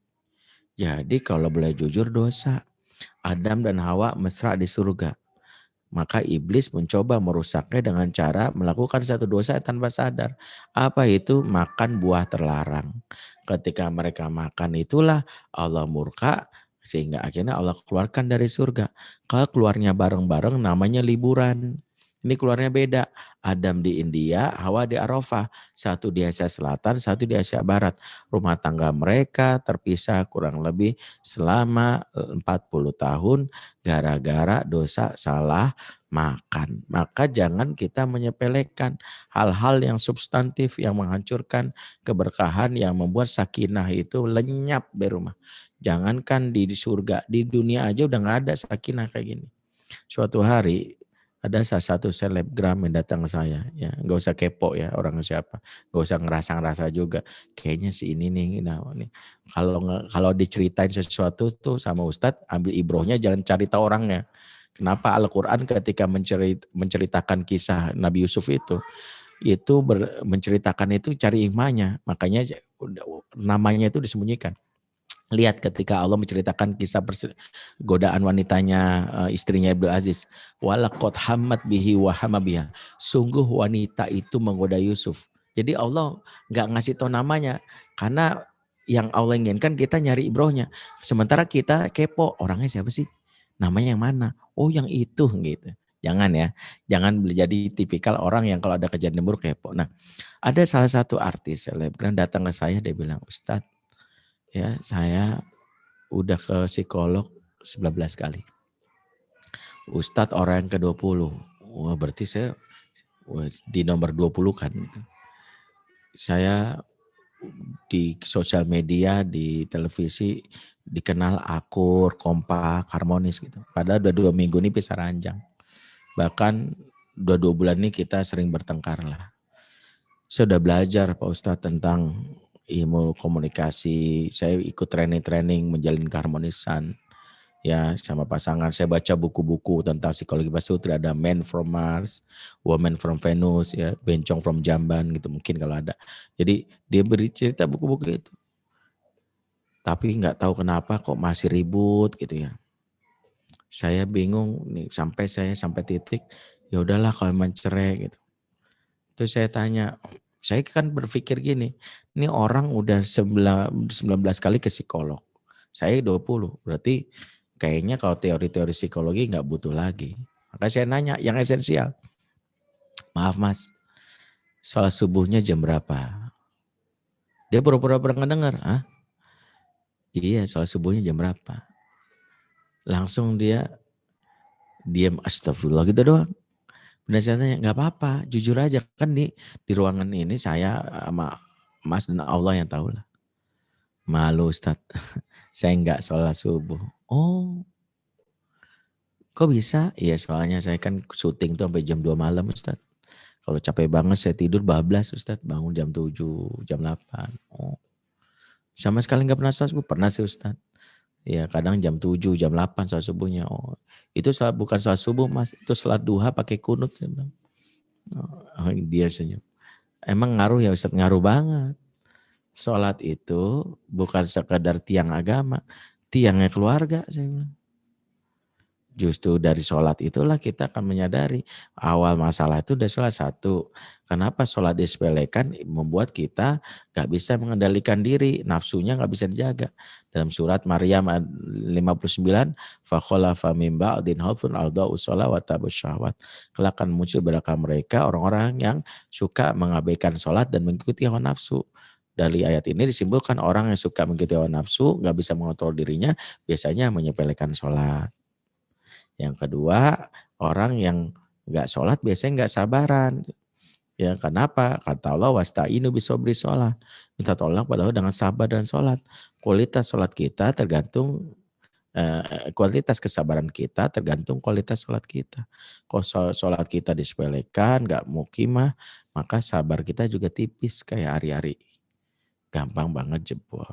Nah, ini sedikit memahami betapa urusan sakinatil jannah ini bukan sekedar urusan teknis dulu. Ada hal yang sangat esensial yang harusnya di masa pandemi ini kita jadikan bahan muhasabah. Iya ya, berkahnya. Intinya gini, habis ini kira-kira kita cek rumah kita masih berkah nggak ya? Ada namanya alat ukur namanya berkah detected. Saya bikin tuh berkah detected. Oke, nanti kita bikin ya. Ya, satu, bangun jam berapa? Kebiasaan bangun pagi itu berkah. Dan tidak tidur lagi. Yang suka bangun kesiangan atau tidur pada subuh mencabut keberkahan. 2, apakah suka makan bersama? Makan bersama itu berkah. Ya, kata Rasulullah, fajtami'u ala tu'amikum, makanlah kalian bareng-bareng. Wadhkuru ismallahi alaihi barak lakum fih. Ya, sebelah nama Allah dalam niscaya turun keberkahan. 3, apakah ada bacaan Quran atau musik? Kalau Quran lebih sering, insya Allah berkah. Karena Allah mengatakan inna anzalnahu fi lailatin mubarakatin. Ya, 4, ya, apakah membawa harta yang halal? Karena harta yang halal itu berkah. Ya, 5, ya, tadi sholat udah. Terus 6, adakah ridho orang tua dalam pernikahan? Bahagia enggak orang tua dalam pernikahan kita? Seperti firman Allah dan surat Maryam ayat 30 dan 31. Salah satu kenapa Nabi Isa sebut manusia paling diberkahi di muka bumi, karena dia menyebut dirinya wabarram biwalidati, karena aku berbuat baik sama kedua orang tua.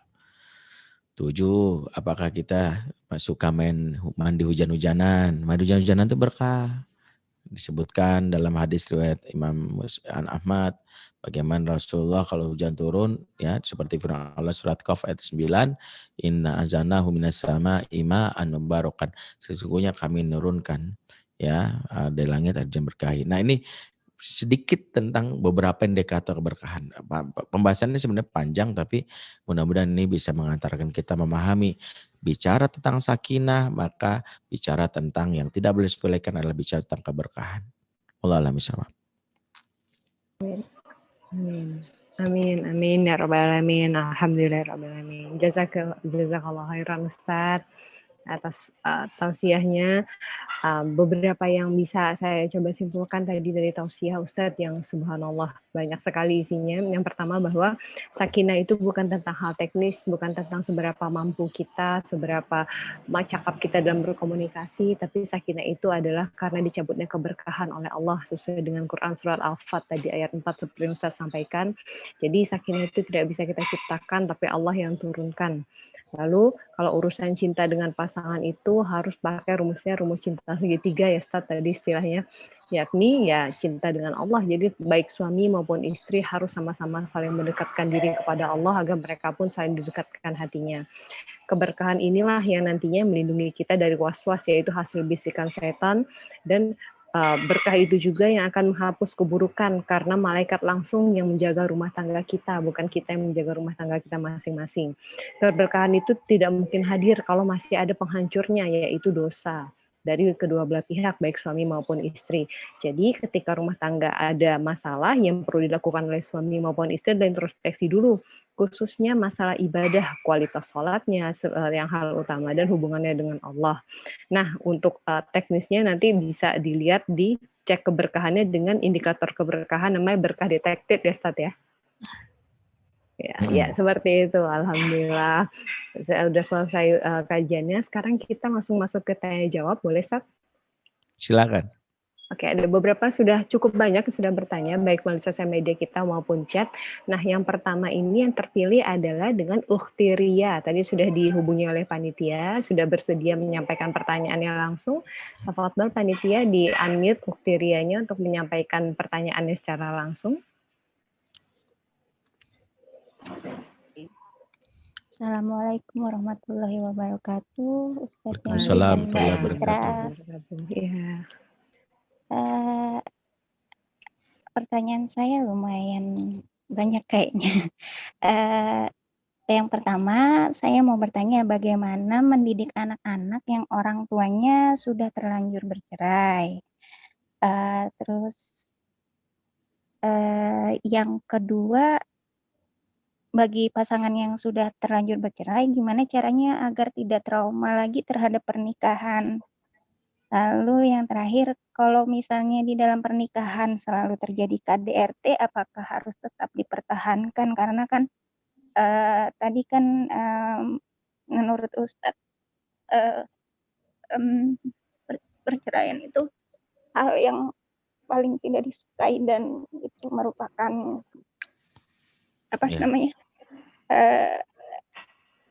usaha iblis yang paling utama untuk menghancurkan keluarga. Nah, kalau misalnya di dalam keluarganya itu ada kekerasan, apakah tetap harus dipertahankan, Pak Ustadz? Karena kan kalau misalnya kayak gitu, nanti akan berimbas kepada anak-anaknya ya. Iya. Sekian dari saya, Pak Ustadz. Jazakallahu khair. Terima kasih. Assalamualaikum warahmatullahi wabarakatuh. Waalaikumsalam. Baik ya. Saya memulai justru yang ketiga dulu supaya memahami yang pertama dan kedua. Innallaha la yudhi'u ajral muslihin dalam surat Al-A'raf ya 170. Sesungguhnya Allah tidak menyanyiakan dan membalas dengan besar orang-orang yang melakukan perbaikan. Ayat ini dijadikan dari para ulama yang utama itu orang yang muslih, bukan orang yang solih.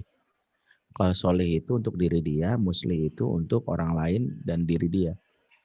Nah, satu gambaran ketika kita berumah tangga adalah ketika rumah tangga mengalami KDRT, apakah boleh bercerai? Pertanyaannya, sudahkah kita melakukan upaya perbaikan? Itu pertama. Sudah Ustadz, saya begini-gini. Tapi enggak juga. Nah, sudahnya itu kalau dibahas dari sisi ilmu, nanya sama konsultan enggak? Karena ada yang melakukan perbaikan tanpa ilmu, akhirnya stres sendiri. Karena perbaikan butuh ilmu. Selama ini setiap orang bercerai karena merasa sudah berusaha, tapi usahanya tanpa ilmu, ya wajar stres. Saya sudah berusaha masak Ustadz, tapi jadinya gosong. Ya karena nggak nanya sama chef, cara masaknya benar, supaya nggak gosong. Pertanyaannya, sudahkah melalui tahapan untuk memperbaiki? Karena kalau kita setiap mengalami masalah selalu flight, inilah salah satu yang dikhawatirkan.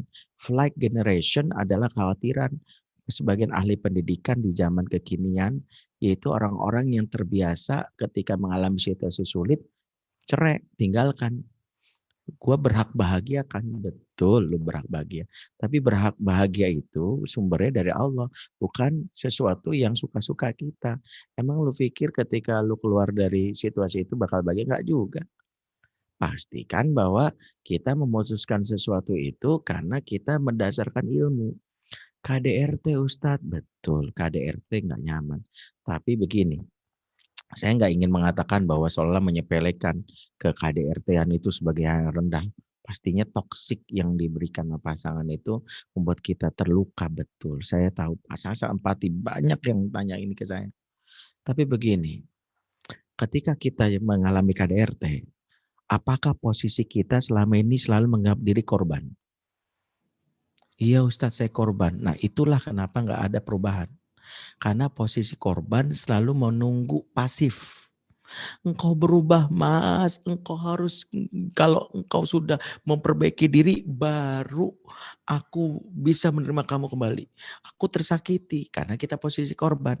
Sadarkah kita, mohon maaf tanpa maksud menyederhanakan, bisa jadi suami kita yang kasar, KDRT ini, dia juga korban dari pola asuh orang tuanya yang disebut hutang dan luka pengasuhan. Kita mungkin nggak tahu ternyata bisa jadi dia sendiri sebenarnya butuh help. Aku tuh nggak tahu caranya ngomong cinta. Aku taunya di kepalaku kalau nggak suka pak. Karena bapakku begitu, mamaku begitu. Aku nggak tahu. Maka mungkin banget ada pernikahan yang mengalami ini. Allah menyampaikan pesan cuman kita nggak nangkep.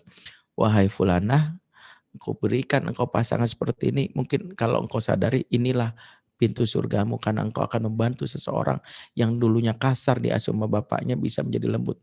Kalau engkau ubah posisimu jangan jadi korban. Apa yang kita ubah? Surat Al-Mu'minun, surat At-Taubah 71. Wal mu'minuna wal mu'minati ba'dhum awliya ba'dhin. Laki mu'min atau mu'minat sebagian mereka penolong bagi yang lain.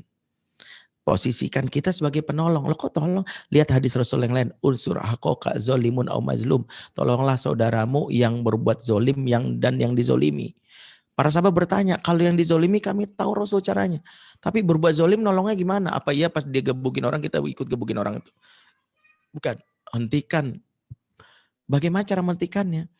Tolonglah, jangan, kalau dia memang nggak bisa menghentikannya karena kebodohannya, berikan ilmu. Kalau dia menghentikannya karena kebiasaannya, berikan kebiasaan baru. Contoh, ini bukan berarti menyederhanakan ya. Artinya saya tahu ini kalau dalam training nggak mungkin saya katakan ini karena pertanyaannya borongan. Ini kan pertanyaan yang dibahas harusnya 3 kali seminar. Oke. 1, ketika misalnya kita pahami dulu dia melakukan KDRT ini, apakah dia mengalami hutang dan luka pengasuhan. Saya punya program sharing kelas tiap pekan yang membahas tentang membayar hutang dan membasuh luka pengasuhan. Nanti kalau mau detailnya dibahas sama saya, ada Ayah Irwan, pakar kekayaan, dan Kak Hilman Almadani, psikolog. Ya, di kelas ini kita coba memahami bahwa sebagian besar kita ada yang belum lepas ketika masa dewasanya dengan pola asuh di masa kecil. Kita yang kaku, ada suami kita mungkin gak kasar, tapi orang serius banget, kaku kayak nobe kering gitu. Kan ada yang kayak gitu ya. Kalau ngomong tuh serius banget, kadang di meja makan aja gak bisa tuh bercanda-canda. Pertanyaannya aja kadang bikin nyesek. Membuka pembicaraan itu gak ada tuh yang bikin ketawa. Kadang bertanya, menurut kamu gimana sayang inflasi ekonomi negara kita? Berapa persen? Ya Allah, di meja makan nanya berat banget. Perasaan Sri Mulyani aja belum bisa jawab pertanyaan ini. Kenapa jadi gue yang jawab gitu. Kan ada model suami yang gitu kaku. Nah suami yang kaku ini pahamilah juga bisa jadi dari keluarga yang bapak ibunya gak hangat. Dia mengalami skin hunger gitu. Berarti PR-nya nih. Kalau kita sudah melakukan itu. Kita sudah bertindak. Kita sudah memperbaiki tapi ternyata kita posisinya lemah. Kita digempur, mengalami sakit, dan sebagainya, dan kita tahu batasnya, maka bercerai itu adalah sebuah hal yang kita pilih karena kita sudah mengetahui berdasarkan ilmu. Jadi kalau saya memang kenapa? Sebagian besar kita merasa sudah berusaha, tapi usahanya tidak dikonsultasikan sama ahlinya. Sehingga kita merasa sudah usaha, padahal sebenarnya kalau ditanya sama ahlinya itu mah belum usaha Bu. Contoh gini, saya udah sering banget Ustaz nasihatin suami saya. Sering banget. Saya bilang ya wajar lah suami gak ini, nasihat mulu. Ya emang suami bisa jadi itulah penyebab suami gak berubah. Orang suami belum apa-apa keluarin ayat. Gak begitu caranya. Nah itu tadi, oke. Berarti kalau ditanya kakak KDRT, saya gak ngeliat hukumnya. KDRT-nya, lihat kondisi kita, kuatkan diri. Karena kalau kita memilih bagaimana misalnya apa yang dialami oleh Asia punya suami yang KDRT luar biasa. Firaun itu sampai membunuh kan ujungnya dari kehidupan Asia. Tapi bayangkan Asia akhirnya ya dia menjadi wanita terbaik. Walaupun kita jangan berpikir ya udah mati bukan. Artinya kuatkan diri kita. Tapi sekarang Ustadz udah cerai gitu ya. Ya udah kalau udah cerai berarti pelajarannya begini. Dari sinilah kita memahami bahwa yang namanya pernikahan itu memang ibadah. Kalau nikah itu ibadah, maka siapkan diri kita untuk nikah 2 hal. Tadi kan ada nanya, gimana Ustadz untuk supaya tidak trauma nikah? Niatkan lagi untuk ibadah. Selama ini nikah itu niatnya cari kebahagiaan sih. Karena sejatinya ibadah itu 2. Kalau senang disyukuri, susah disabari. Kan ibadah itu 2 itu saja.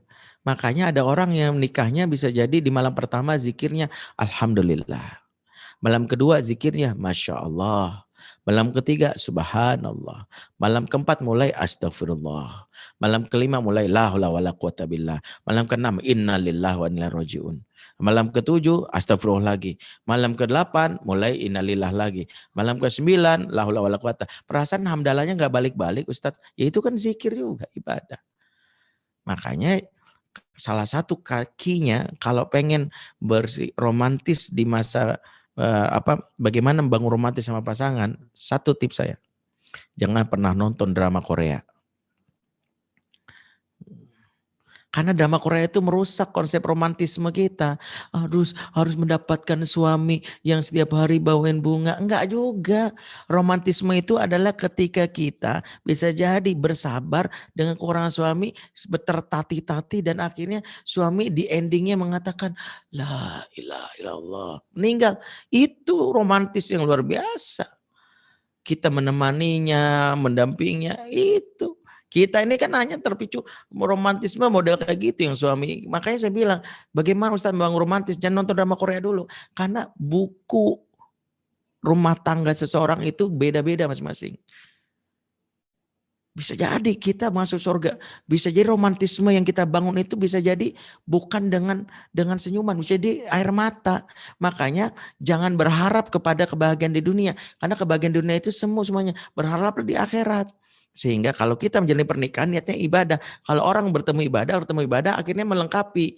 Nah sama-sama ibadah. Ketika kurang nggak tinggalin. Menyempurnakan. Yang ini juga niat ibadah. Yang satu niatnya cari kebahagiaan. Ini nyari kebahagiaan. Karena nyari di lu nggak ada dia cari yang lain. Jangan nyari. Ciptakanlah diri kita yang membuat kebahagiaan. Karena kita ingin. Itu yang namanya. Jangan cari kebahagiaan tapi berikan kebahagiaan. Karena itulah ibadah. Berarti ada dua. Nah baru yang ketiga. Pertanyaannya, bagaimana kalau single parent setelah cerai? Pembahasan single parent panjang, tapi single parent dalam Quran dicontohkan di dalam surat Al-Imran 33 sebagai keluarga terbaik, yaitu keluarga Imran yang disebut keluarga terbaik karena single parent yang terjadi oleh Imran, yaitu karena Maryam ditinggalkan oleh ayahnya saat beliau masih dalam kandungan. Tapi begini. Kalau setelah bercerai gimana Ustaz? Yang pertama, penuhi adab cerai di surat Al-Baqarah ayat 237. Ternyata Islam mengatur setelah cerai itu penuhi adabnya di Al-Baqarah 237. Adabnya adalah wala tansaul fadla bainakum. Jangan kalian lupakan kebaikan di antara kalian. Allah mengingatkan, hai yang sudah bercerai, jangan lupakan kebaikan di antara kalian. Jadi mengenang kebaikan mantan itu dianjurkan. Kenapa? Karena kecenderungannya orang kalau setelah bercerai, dia cenderung untuk menceritakan keburukan kepada anak. Makanya anak-anak itu nggak bisa hormat sama ibunya karena bapaknya yang bisa jadi mengatakan, mama kamu didengerin. Begitu juga, malah ini merusak. Jangan bangga kalau anak membenci bapaknya dan merasa membela kita. Lihat aja ya mama, kalau aku udah gede aku bunuh papa. No. Itu tandanya kita melakukan dua hal. Satu, kita membuat anak ini mengalami yang namanya, maaf ya, luka jiwa. Anak-anak yang punya rasa benci sama orang tua kandungan sendiri, pasti sakit. Dan itu kalau dia laki-laki berpeluang jadi gay. Bukan maksud mengancam. Tapi berapa banyak saya nanganin gay bermula dari rasa sakit sama bapaknya. Yang kedua, kita berkoalisi bahkan mendukung kemaksiatan besar anak namanya uququl walidain. Durhaka sama orang tua. Maka jangan bangga. Anak kalau membenci, nah. Enggak seperti itu bapakmu. Bapak kamu tuh baik. Dia memang enggak ini sama mama. Karena dia. Jadi move on dulu. Move on. Terima. Bahwa udah cerai selesai. Pernikahan kita berakhir. Tapi urusan anak ini enggak berakhir. Bahwa anak harus sehat jiwanya. Salah satunya adalah jangan tumbuhkan kebencian. Jangan, salah satunya penuhi adab. Bilang sama pasangan. Kalaulah pasangan enggak mau memenuhi adabnya, minimal kita. Jangan tambah kisruhnya lagi. Lisan kita jaga. Jangan sampai keluar kalimat tentang pantangan. Biarkan sakitnya kita adukan sama Allah. Tapi anak enggak boleh tahu. Toh kita sadar bahwa pilihan kita terhadap dia. Pastinya di tengah keburukan kita rasakan dia ada kebaikannya. Pasti ada kebaikannya. Kan gak mungkin kita nikahi setan. Kita nikahi orang yang pasti ada kebaikannya. Cuman saat kita emosi, kebaikannya ketutup. Jernih, berpikir ada kebaikannya. Itu yang membuat kita memilihnya. Makanya jaga lisan itu. Ya, jaga lisan itu. Dan jangan bertengkar.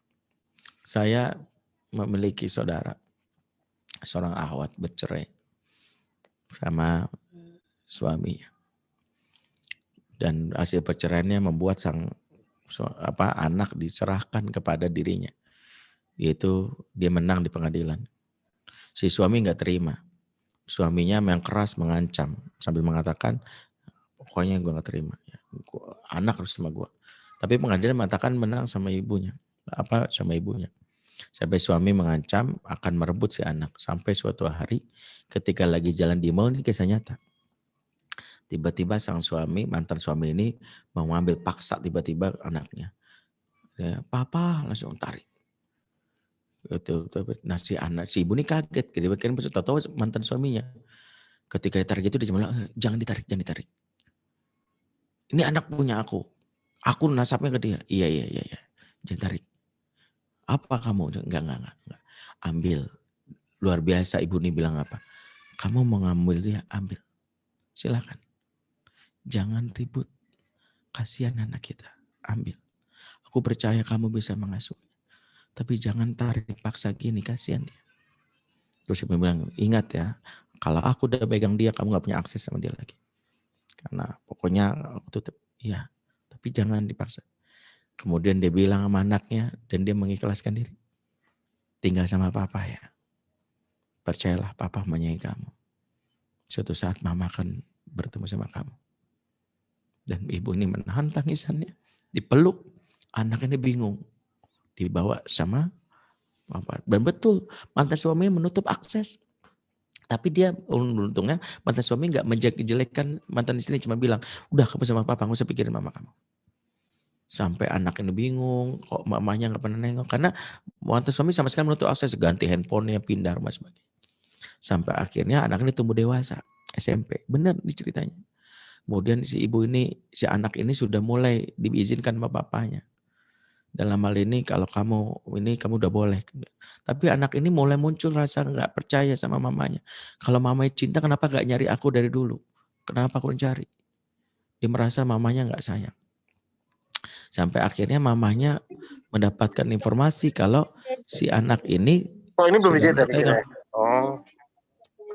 Sampai akhirnya dia mendatangi sekolah si anak ini kaget baru kali itu ngeliat mamanya setelah bertahun-tahun. Mamanya memeluk tapi anak ini menolak. Kemudian ada kalimat yang bilang, kenapa baru mama nengok aku sekarang? Kenapa mama gak dari dulu? Mama gak sayang sama aku. Buktinya waktu papa merebut aku, mama gak mempertahankan. Mamanya diam. Tapi ada jawaban dan disinilah saya belajar tentang makna cinta. Apa kata mama ini? Kamu tahu kisah tentang Nabi Sulaiman. Suatu hari dia menangani satu kasus. Dua ibu memperebutkan satu bayi yang dianggap miliknya. Ibu A menganggap ini bayinya, ibu B juga. Dan masing-masing punya bukti bahwa ini bayi.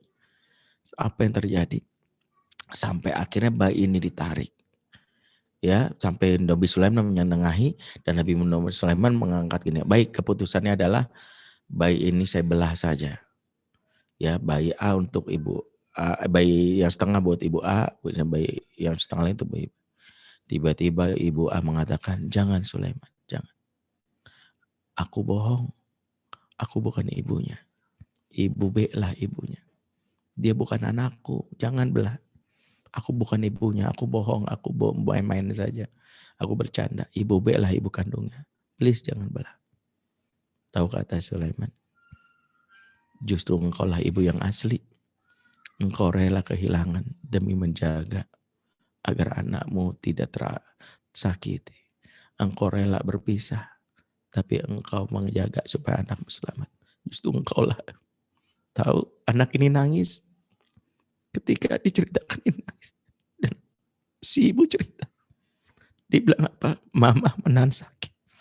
Bertahun-tahun gak ketemu kamu bukan karena gak sayang. Karena mama gak mau kamu melihat pertengkaran mama sama ayah. Karena mama gak pengen kamu terluka. Mama gak mau kamu merasa tersakiti. Kamu harus tahu itu. Mama sengaja menahan perasaan rindu. Siapa yang tidak rindu? Agar kamu tidak seperti bayi yang diperebutkan dibagi dua itu. Mama nggak mau mengikuti ego mama. Biarkanlah mama percaya. Papamu mencintaimu. Walaupun tidak cocok jadi suami mama, tapi dia sejatinya adalah ayah untuk terpisah. Dan itulah yang membuat memahami. Jadi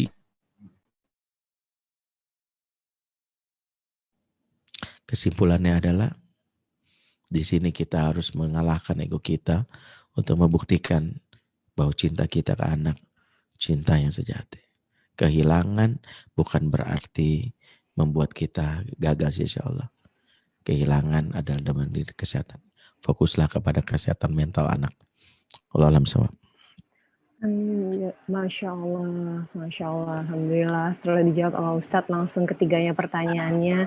Jazakallah khairan Ustadz. Dan bagi yang penanya tadi akan dihubungi oleh panitia, silahkan berikan nomor kontak dan alamatnya untuk kami hubungi lebih lanjut ya. Sampai di sini, kebetulan karena waktu juga yang sudah habis, setelah ini kita akan doa jika berkenan Ustadz Benri sekaligus memimpin doa penutup bagi kita.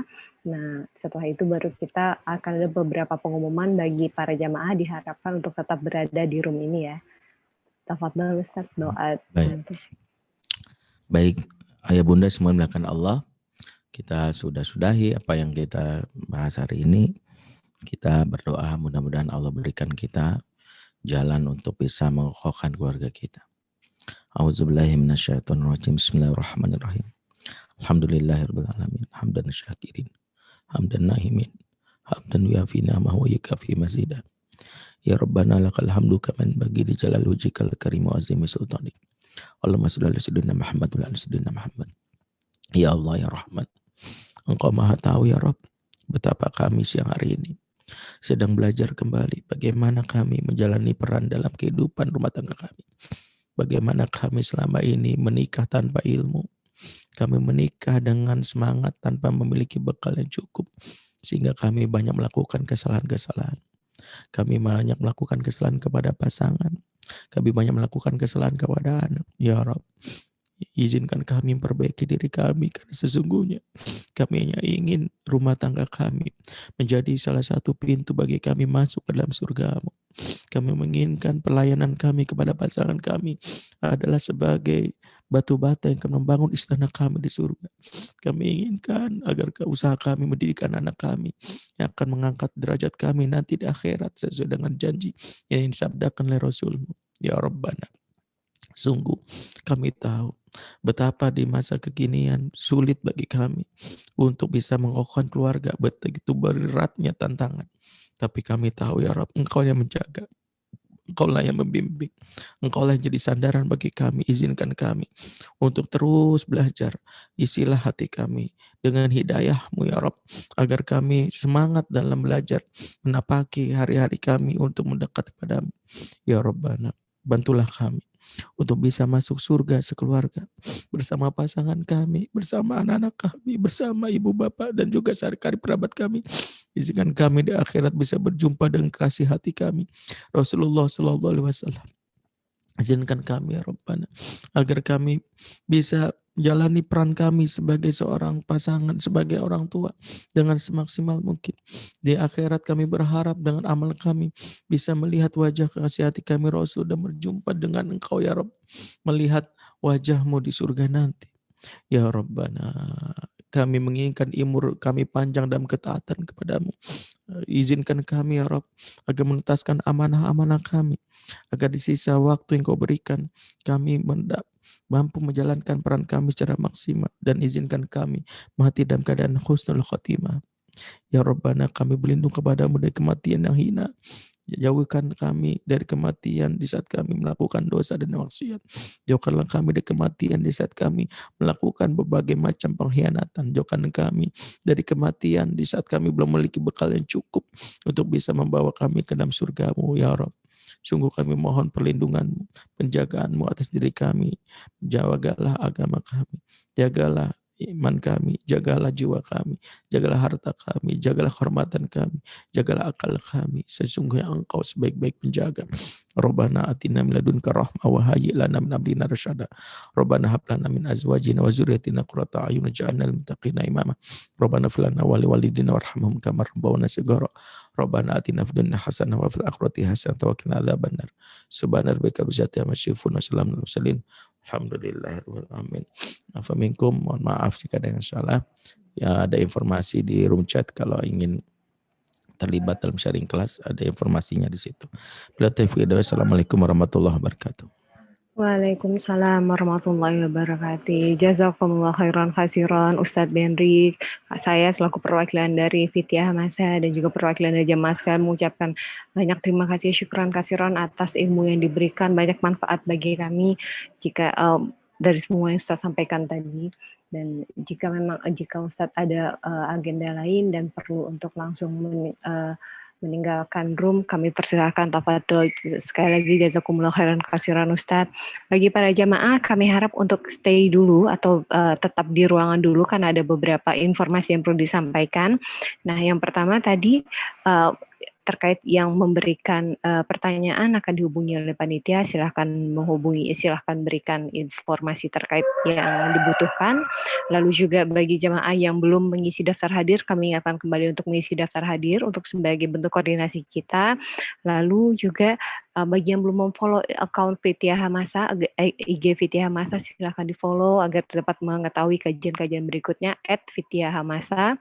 Nah, lalu selanjutnya juga saya selaku perwakilan dari Fitiah Hamasa mengucapkan banyak maaf kalau masih ada kekurangan dari proses pelaksanaan di kajian ini karena kesalahan dari kami selaku panitia, dan jika ada masukan silahkan informasikan melalui DM ke IG kami. Dan juga kami membuka untuk kesempatan mengundang tepatnya bagi teman-teman yang ingin bergabung menjadi bagian dari Fitiah Hamasa untuk membantu jalan dakwahnya Fitiah Hamasa, yaitu melalui menjadi volunteer. Silahkan klik link di bio-nya Fitiah Hamasa. Di sana ada kesempatan untuk menjadi volunteer. Silahkan isi formnya, nanti kami akan menghubungi bagi yang berkenan untuk membantu program dakwah ini. Dan juga yang ingin mendonasikan hartanya bagi kegiatan dakwah ini, silahkan klik juga link yang ada di bio Fitiah Hamasa atau akan di chat room-nya, di chat room ini. Silahkan donasikan harta dan akan kami salurkan untuk program dakwah nantinya. Nah, saya selaku panitia juga mengucapkan terima kasih banyak atas kehadiran semuanya.